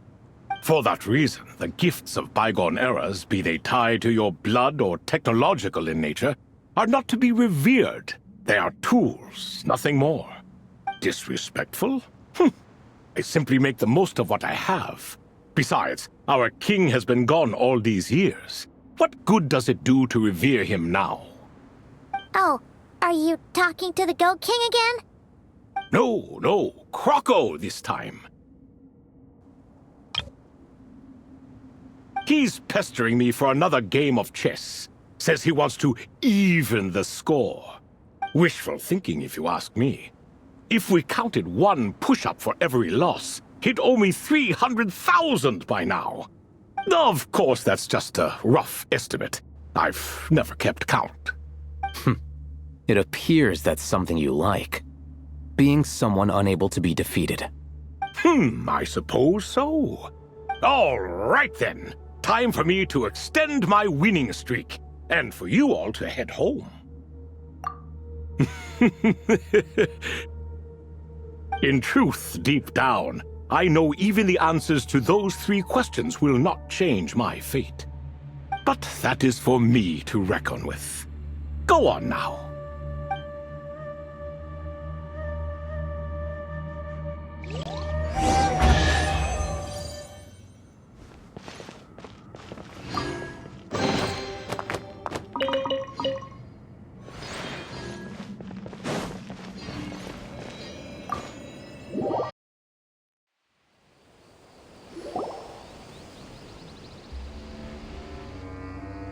Excuse me, do you even know what time it is?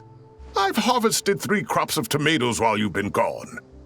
You're exaggerating, Professor. I'm making a point. There's a difference.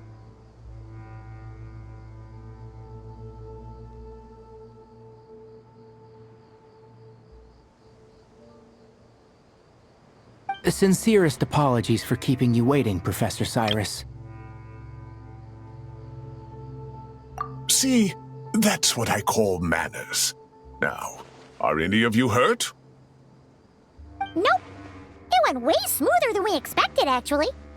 I presume the investigation is complete then. Come, tell me all about it. Oh my, did you luck out? If you've read the work from the Vahumana Dashan, you would know that the Ibis King has, well, let's call it a mixed record. Perhaps he softened up a bit in his old age, and that's why he chose to help you. Or perhaps he just didn't have a good enough reason not to help us.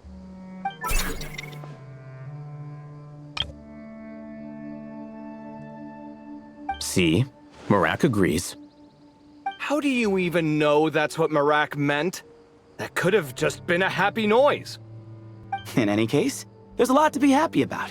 We figured out what happened to Layla and Jur, and there were some unexpected takeaways too. Yeah, I never expected to learn about my ancestry. I've always thought of myself as just an ordinary student. I never would have even considered something like that could be true. Come to think of it, our ancestors might even have been friends at some point. Huh? You're right.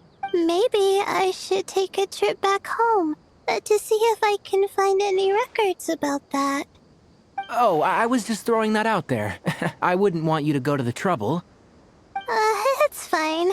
My advisor gave me a break, and I still have a few days left, so... Oh, wait. My study topic. I haven't made any progress at all. No. I need to focus on that instead. Right. Couldn't you help her, Professor? Huh? No, I Never. Me, you say? I'm from the Spatamar Darshan, and I don't think that Nephis or Zahahadi researched the stars. All I have to offer are my homegrown tomatoes. Although I suppose it's not impossible. I can ask a few old friends to recommend some interesting topics. You really don't have to. It sounds like a lot of work. Hardly. A few passing questions while we water the plants? It's no trouble at all. Thank you so much. Of course. Now it's getting late, and you all must be tired. Let's wrap things up here. Some say desert nights are the sun taking mercy on us after the heat of the day. So, let's leave while she still feels merciful.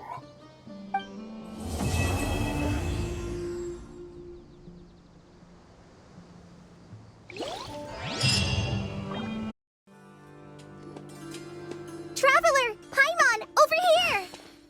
Welcome to the home base of the Fieldwise Center. As you can see, the core projects are already up and running, so we can get to work at any time. Huh.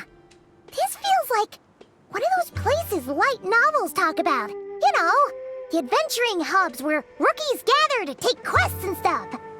Oh, and almost like a school festival at the same time, with everyone getting together to learn and then forming teams to hone their skills. It's so exciting! Well, this place isn't quite as decked out as a school festival, but Master Tainari said the academia plans to be generous with the resources. Anyway, before students and researchers head out on dangerous field missions, they can come here for advice and emergency training. We even have professionals on staff that can join their teams to serve as guides or safety personnel. Yeah, you can think of it like a forward operating base, equal parts theoretical training and field practice. We'll familiarize new recruits with potential challenges in the wild and take them through drills so there's no reason to panic during the real thing. Amber, you're here too? Surprised? I know I was. I'm off duty right now, so I was planning to just drop in on Kali for a bit. But I didn't realize how busy she'd be. I'm not the type of person to sit around and watch, so I decided to be her assistant. Sorry, Amber. I didn't mean to put you to work during your time off. Don't worry about it. A little relaxation balanced out with some fulfilling work is a great vacation in my book. Plus, I've learned a whole bunch of stuff too. And I got to see the Traveler in Paimon again. I mean, it just keeps getting better. We should have a giant feast once we're done here. How does that sound? A feast with the first friend we met in Sumeru and the first friend we met on our whole journey. Oh, that sounds just about as awesome as a giant plate of sticky honey roast. All right, down to business then. Kale and I are in charge of the Scouting Speedsters project. The focus is using devices and machines to pass through hazardous areas, survey terrain, and get details on potential threats. Plus, Amorta research indicates that during dangerous situations, having the support of an adorable companion can help set adventurers' minds at ease and prevent excess nerves. So, we took inspiration from Cullen Anba and Baron Bunny to create 2 scouting devices that are both adorable and useful. Cullen Anbot and Bar Drone Bunny. So far, feedback has been pretty positive. Once we've collected enough data, the academia will continue to refine the scouting buddies and release even more designs. A bunch of Kulanambas and Baron Bunnies running around the wilderness? What is that gonna look like? Plus, with you to guide our 2 little scouts, we'll be able to obtain some great data. Once you have a more complete understanding of the Fieldwise Center, you should come test them out. Now come with me. I'll introduce you to the other consultants. Oh yeah, the lady with the greenish-blue hair also has a super adorable device over there. But it does something completely different than our scouting buddies. I'm looking forward to seeing it in action. Oh hey, another familiar face. Come on, let's go say hi.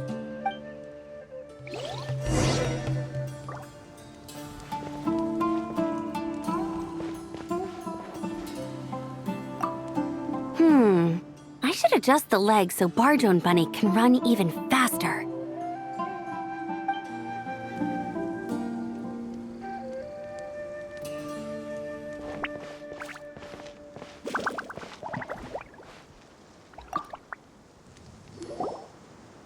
It's really that popular.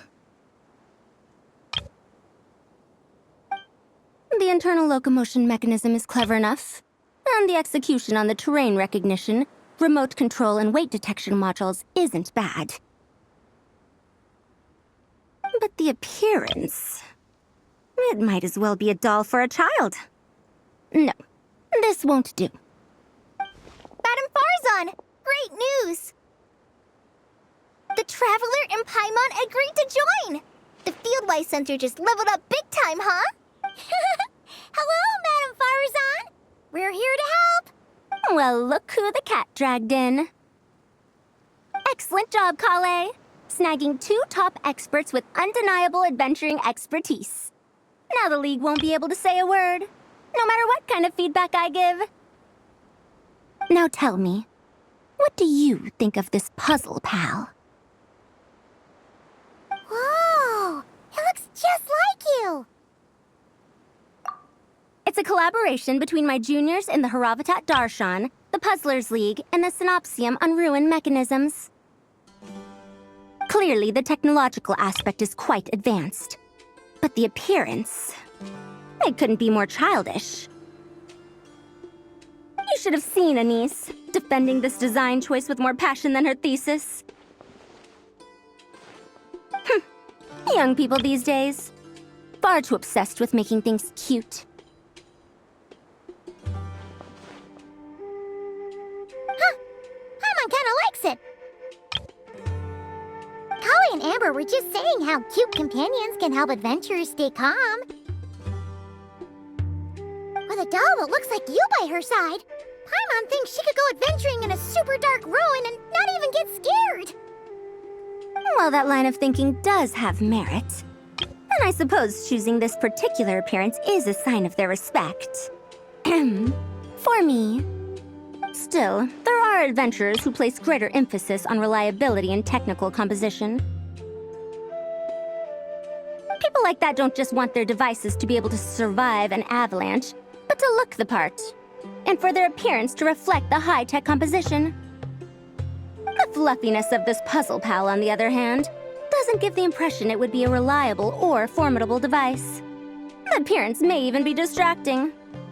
Now picture this. A thick metal casing, square in shape, with a matte finish and openings to showcase the complex technical composition. That would have much more visual impact. I'm the perfect example of this. I have a youthful appearance, and so people question me on occasion. If I had a head of white hair instead, things would be different. Really? Then, do you want Paimon to talk to them? She has white hair. What? No! That's not the same thing. I didn't realize you had such strict views about this, Madame Farzan. Huh? So, even you prefer this version? Well, if that's what you really think, then fine. You'll have to come back and test it out on some puzzles, Traveler. I'll rate your effectiveness in using the device and come up with a user manual based on your performance.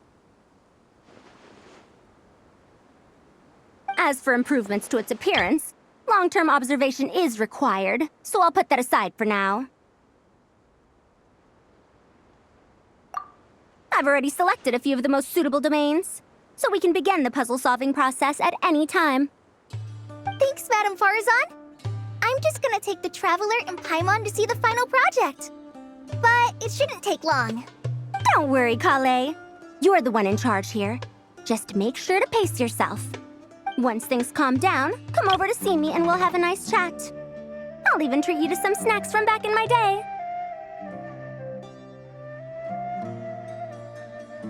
Snacks! Paimon's in! Paimon's in! Thank you, Madame Farazan. I'll bring a few boxes of floral tea as well. Go on now. Do me proud.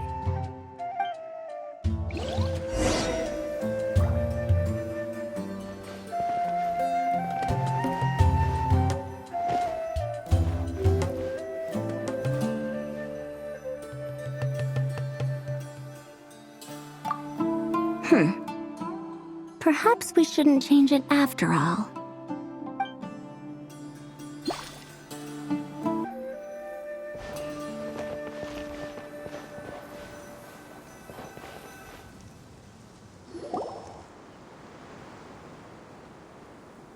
This last one is a long-term project we're calling the Security Division. Thanks to General Mahamatra Sino, we've been able to bring Dia on as the instructor and Candace as the coordinator. They're putting together a combat test right now, but they should be back soon. Hey, looking for us? I guess we showed up right on cue then. Wait, the Traveler and Paimon are joining as well? That makes things a whole lot easier. Sorry for keeping you waiting, everyone. But we managed to bring back some good intel. Intel? Huh. This is starting to sound intense. Of course. What better way to protect the students than to sweep through the desert and rid it of all potential dangers? Not a bad plan, right? You in? Not the best time for jokes, Dia. Besides, when it comes to striking down danger, the Traveler is a man on a mission. He might take you up on that offer. Defeating anything that might pose a threat? Oh, even if the Traveler worked non-stop, that could still take years! We'd have to stop traveling. Oh, Paimon doesn't even want to think about that! Time would be the least of our problems.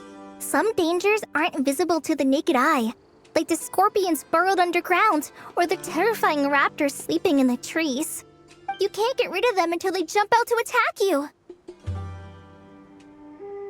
For situations like these, we'd have to combine Madame Farazan's recommendations with Amber's approach to scouting, calculating our chances of encountering enemies and our expected operation times.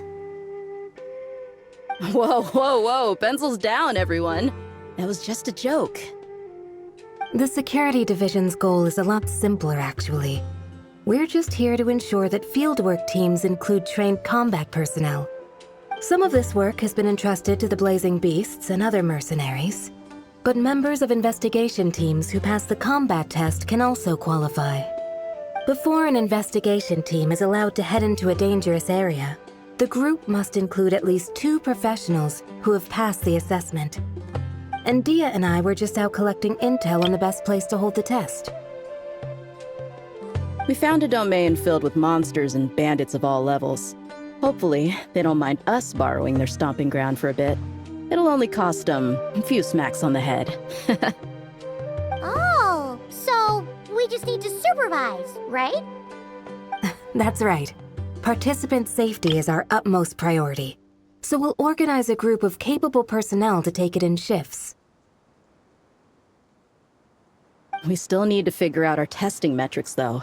Fighting is different from an actual exam, and there's no one right answer. Mercenaries like me, we all have our own style. That's not a problem in actual combat, but when it comes to teaching, we tend to stick too much to what we're used to. So, we need someone to give us a baseline. Someone who has the experience, but also takes a more flexible approach in combat. Yeah! Based on what you just described, the Traveler seems like the perfect person for the job. Great. Working with you is always a pleasure, Traveler. Smooth as butter on a steak. Don't forget about compensation for the Traveler and Paimon, Dia. You agreed without doing the math first. It's fine. We'll just split the funds Kale wrangled for us, 20-80. 10 for me, 10 for you, 80 for the 2 of them. Wait, we're getting 80%?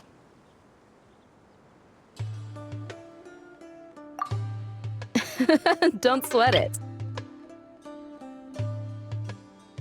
We're just in charge of the long-term operations. You're the one setting the metrics for the whole thing. So I think we got the better end of the deal. We've talked about a partnership in the past, haven't we? Well then, consider this the perfect place to start. Then I'll draw up a detailed overview of the compensation so it's clear for everyone. That'd be great. And don't worry, Miss Candace. About that piece of land you're leasing to the academia, the one used for grain storage, I managed to get them to agree to a 30% increase in their rent payments. Oh, thank you. Those funds will go to fixing up some of the village facilities, which should make for a more comfortable experience when investigation teams stop there in the future. All right, we should finish up our arrangements for the combat test. Stop by our station when you're ready, Traveler. See you soon. Oh, you sure are the beating heart of this operation, Kale. You brought the whole gang together. Oh, no. I'm just doing what I can.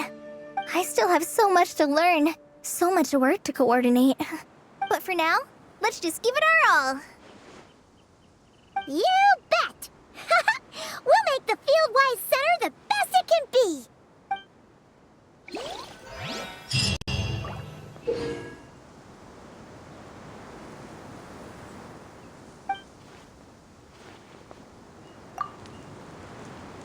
Hey, ready to do some quality assurance on our test questions? Sure. Feels like it's been ages since we last saw each other. If we'd known you were coming, we would have prepared a whole welcome feast. All new recipes and everything. It's a funny story, actually. The last time I was in Fontaine, I brought a few cookbooks and some spices back with me. Then, I gave them to Candace, and she went into full chef mode, coming up with all sorts of new things. Like Romaritime flour meat jerky mixed rice. At first glance, it looks no different than the usual Aru mixed rice. But then, it hits your tongue and gah! You get that delicious meat, the hearty rice, and this super refreshing aftertaste, all without being greasy. It's a great way to refuel, and it's not too dry. Honestly, perfect for camping out in the desert. I'm not against improving traditional cuisine. Within the bounds of reason, of course. After all, every ingredient is precious out in the desert. Nothing must go to waste. Why didn't you accept that outfit from me then? Fabrics are a valuable resource too. I mean, I know I'm pretty casual and not the most fashionable, I guess. But I had someone help me pick it out. I'm sure nothing was wrong with the fit. In the end, it went to the girl in our merc band who does the accounting. She seemed to appreciate it at least. I did appreciate it, Dia. It was extremely thoughtful. But as the guardian of Aru Village, my goal is to blend in, not stand out. Besides, fine clothes should go to people who have an occasion to wear them. If your accountant is to represent the blazing beasts in business settings, she should have something to wear. That's why I recommended the clothes go to her. Oh, why didn't you say so earlier? I thought you just didn't like what I picked out. Well, seeing as the blazing beasts will be holing up in Aru Village for the foreseeable future, if you still want to offer something as thanks, you could bring us some bolts of cloth. I'm somewhat familiar with tailoring, and I could use them to fashion sand and dust-resistant cloaks for everyone. The fabric doesn't need to be expensive, just resistant to wear and tear. I trust your judgment on that. Don't worry, I'll think carefully about the shape and pattern when I make one for you. Then all will know that you are an esteemed guest of our village.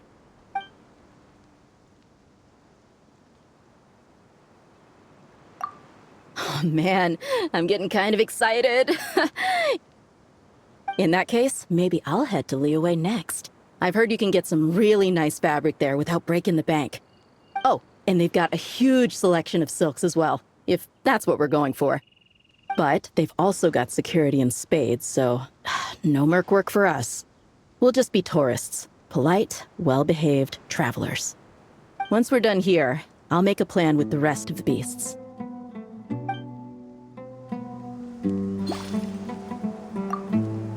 Hey, ready to do some quality assurance on our test questions? No worries. We'll start once you're in peak form. Feel free to get some rest if you need it. We have more than enough time.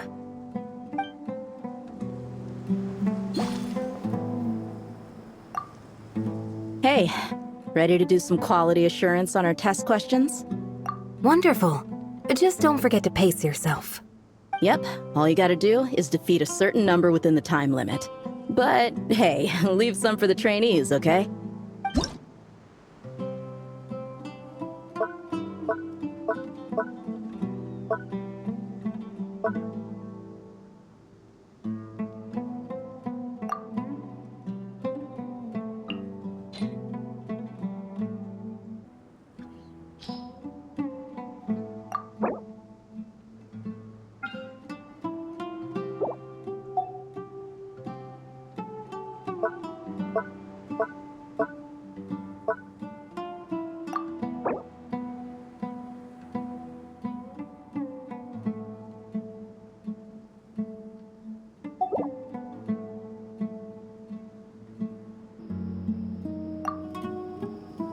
You're back!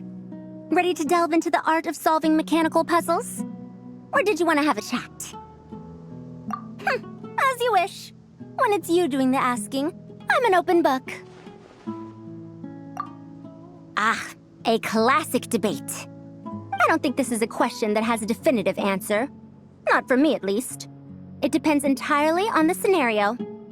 Simply put, if the task requires repetitive mechanical work that dilutes the value of human mental labor, then automated devices are superior.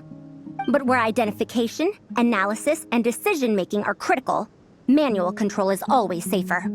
Human thought is complex. Even if we were to simulate a 6-year-old's mind, the demands in terms of component design, system weight, and energy cost would be immense. As I see it, conventional hardware capable of simulating adult-level cognition is impossible to integrate into a compact device. For the foreseeable future, anyway. Well, I've told you before, if you find these topics interesting, you should come to my classes. Cyrus's student, Lisa Mincy, is known as a once-in-a-generation genius. But with your smarts, I bet you could give her a run for her Mora. Oh, you're back. Ready to delve into the art of solving mechanical puzzles? Or did you want to have a chat? As you wish. When it's you doing the asking, I'm an open book. Refined, naturally. Not that I have anything against cuteness.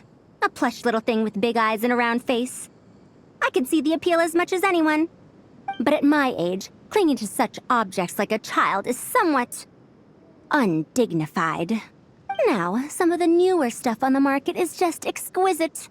Made with the finest material, sculpted in elegant lines with features that glitter like gemstones. The element of cuteness is there, but it also doubles as a piece of art. Wait a second. I thought your questions were going to be academic in nature. What is the meaning of this? Ahem. Fine. I'll let it go this once. But that excuse won't work a second time. Oh, you're back. Ready to delve into the art of solving mechanical puzzles? Or did you want to have a chat? Of course. Don't let me keep you. Come back whenever you're ready. Oh, you're back. Ready to delve into the art of solving mechanical puzzles? Or did you want to have a chat? I like the enthusiasm. I can see a thirst for knowledge shining in your eyes. So let's see what you've got.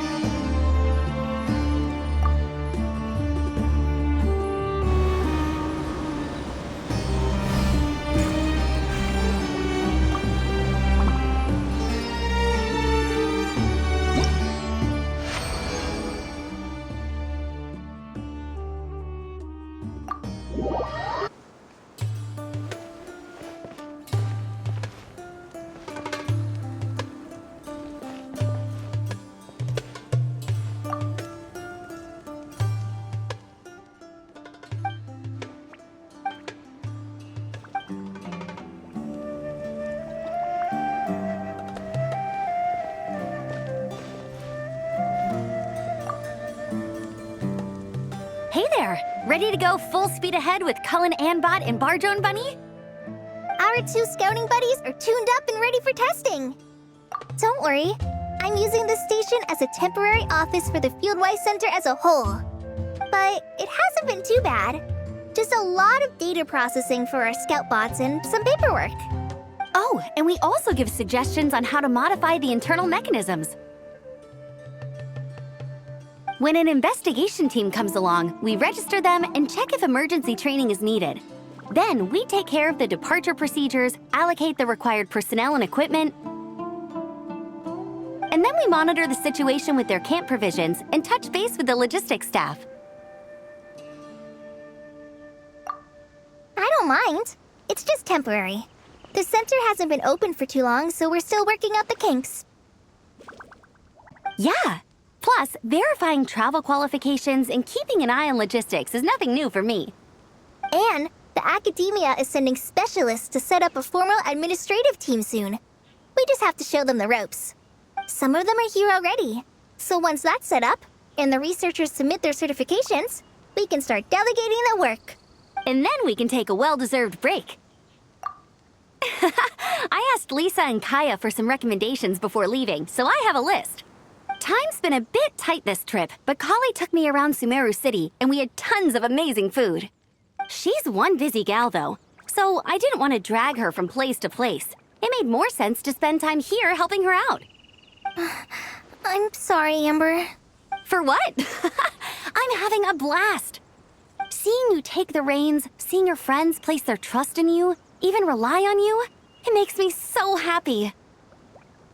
Traveling, relaxing, I can do that whenever. It's not like this is my last time here. Besides, once we're done, there will still be more than enough time for sightseeing. That makes me even more determined. You don't need to worry about me, Amber. I've got this.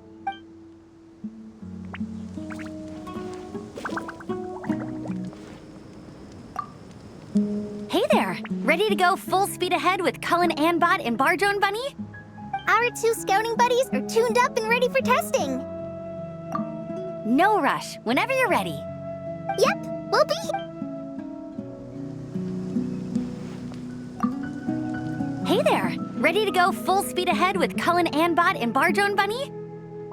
Our 2 scouting buddies are tuned up and ready for testing. Nice. Sure takes you back to the gliding test days, huh?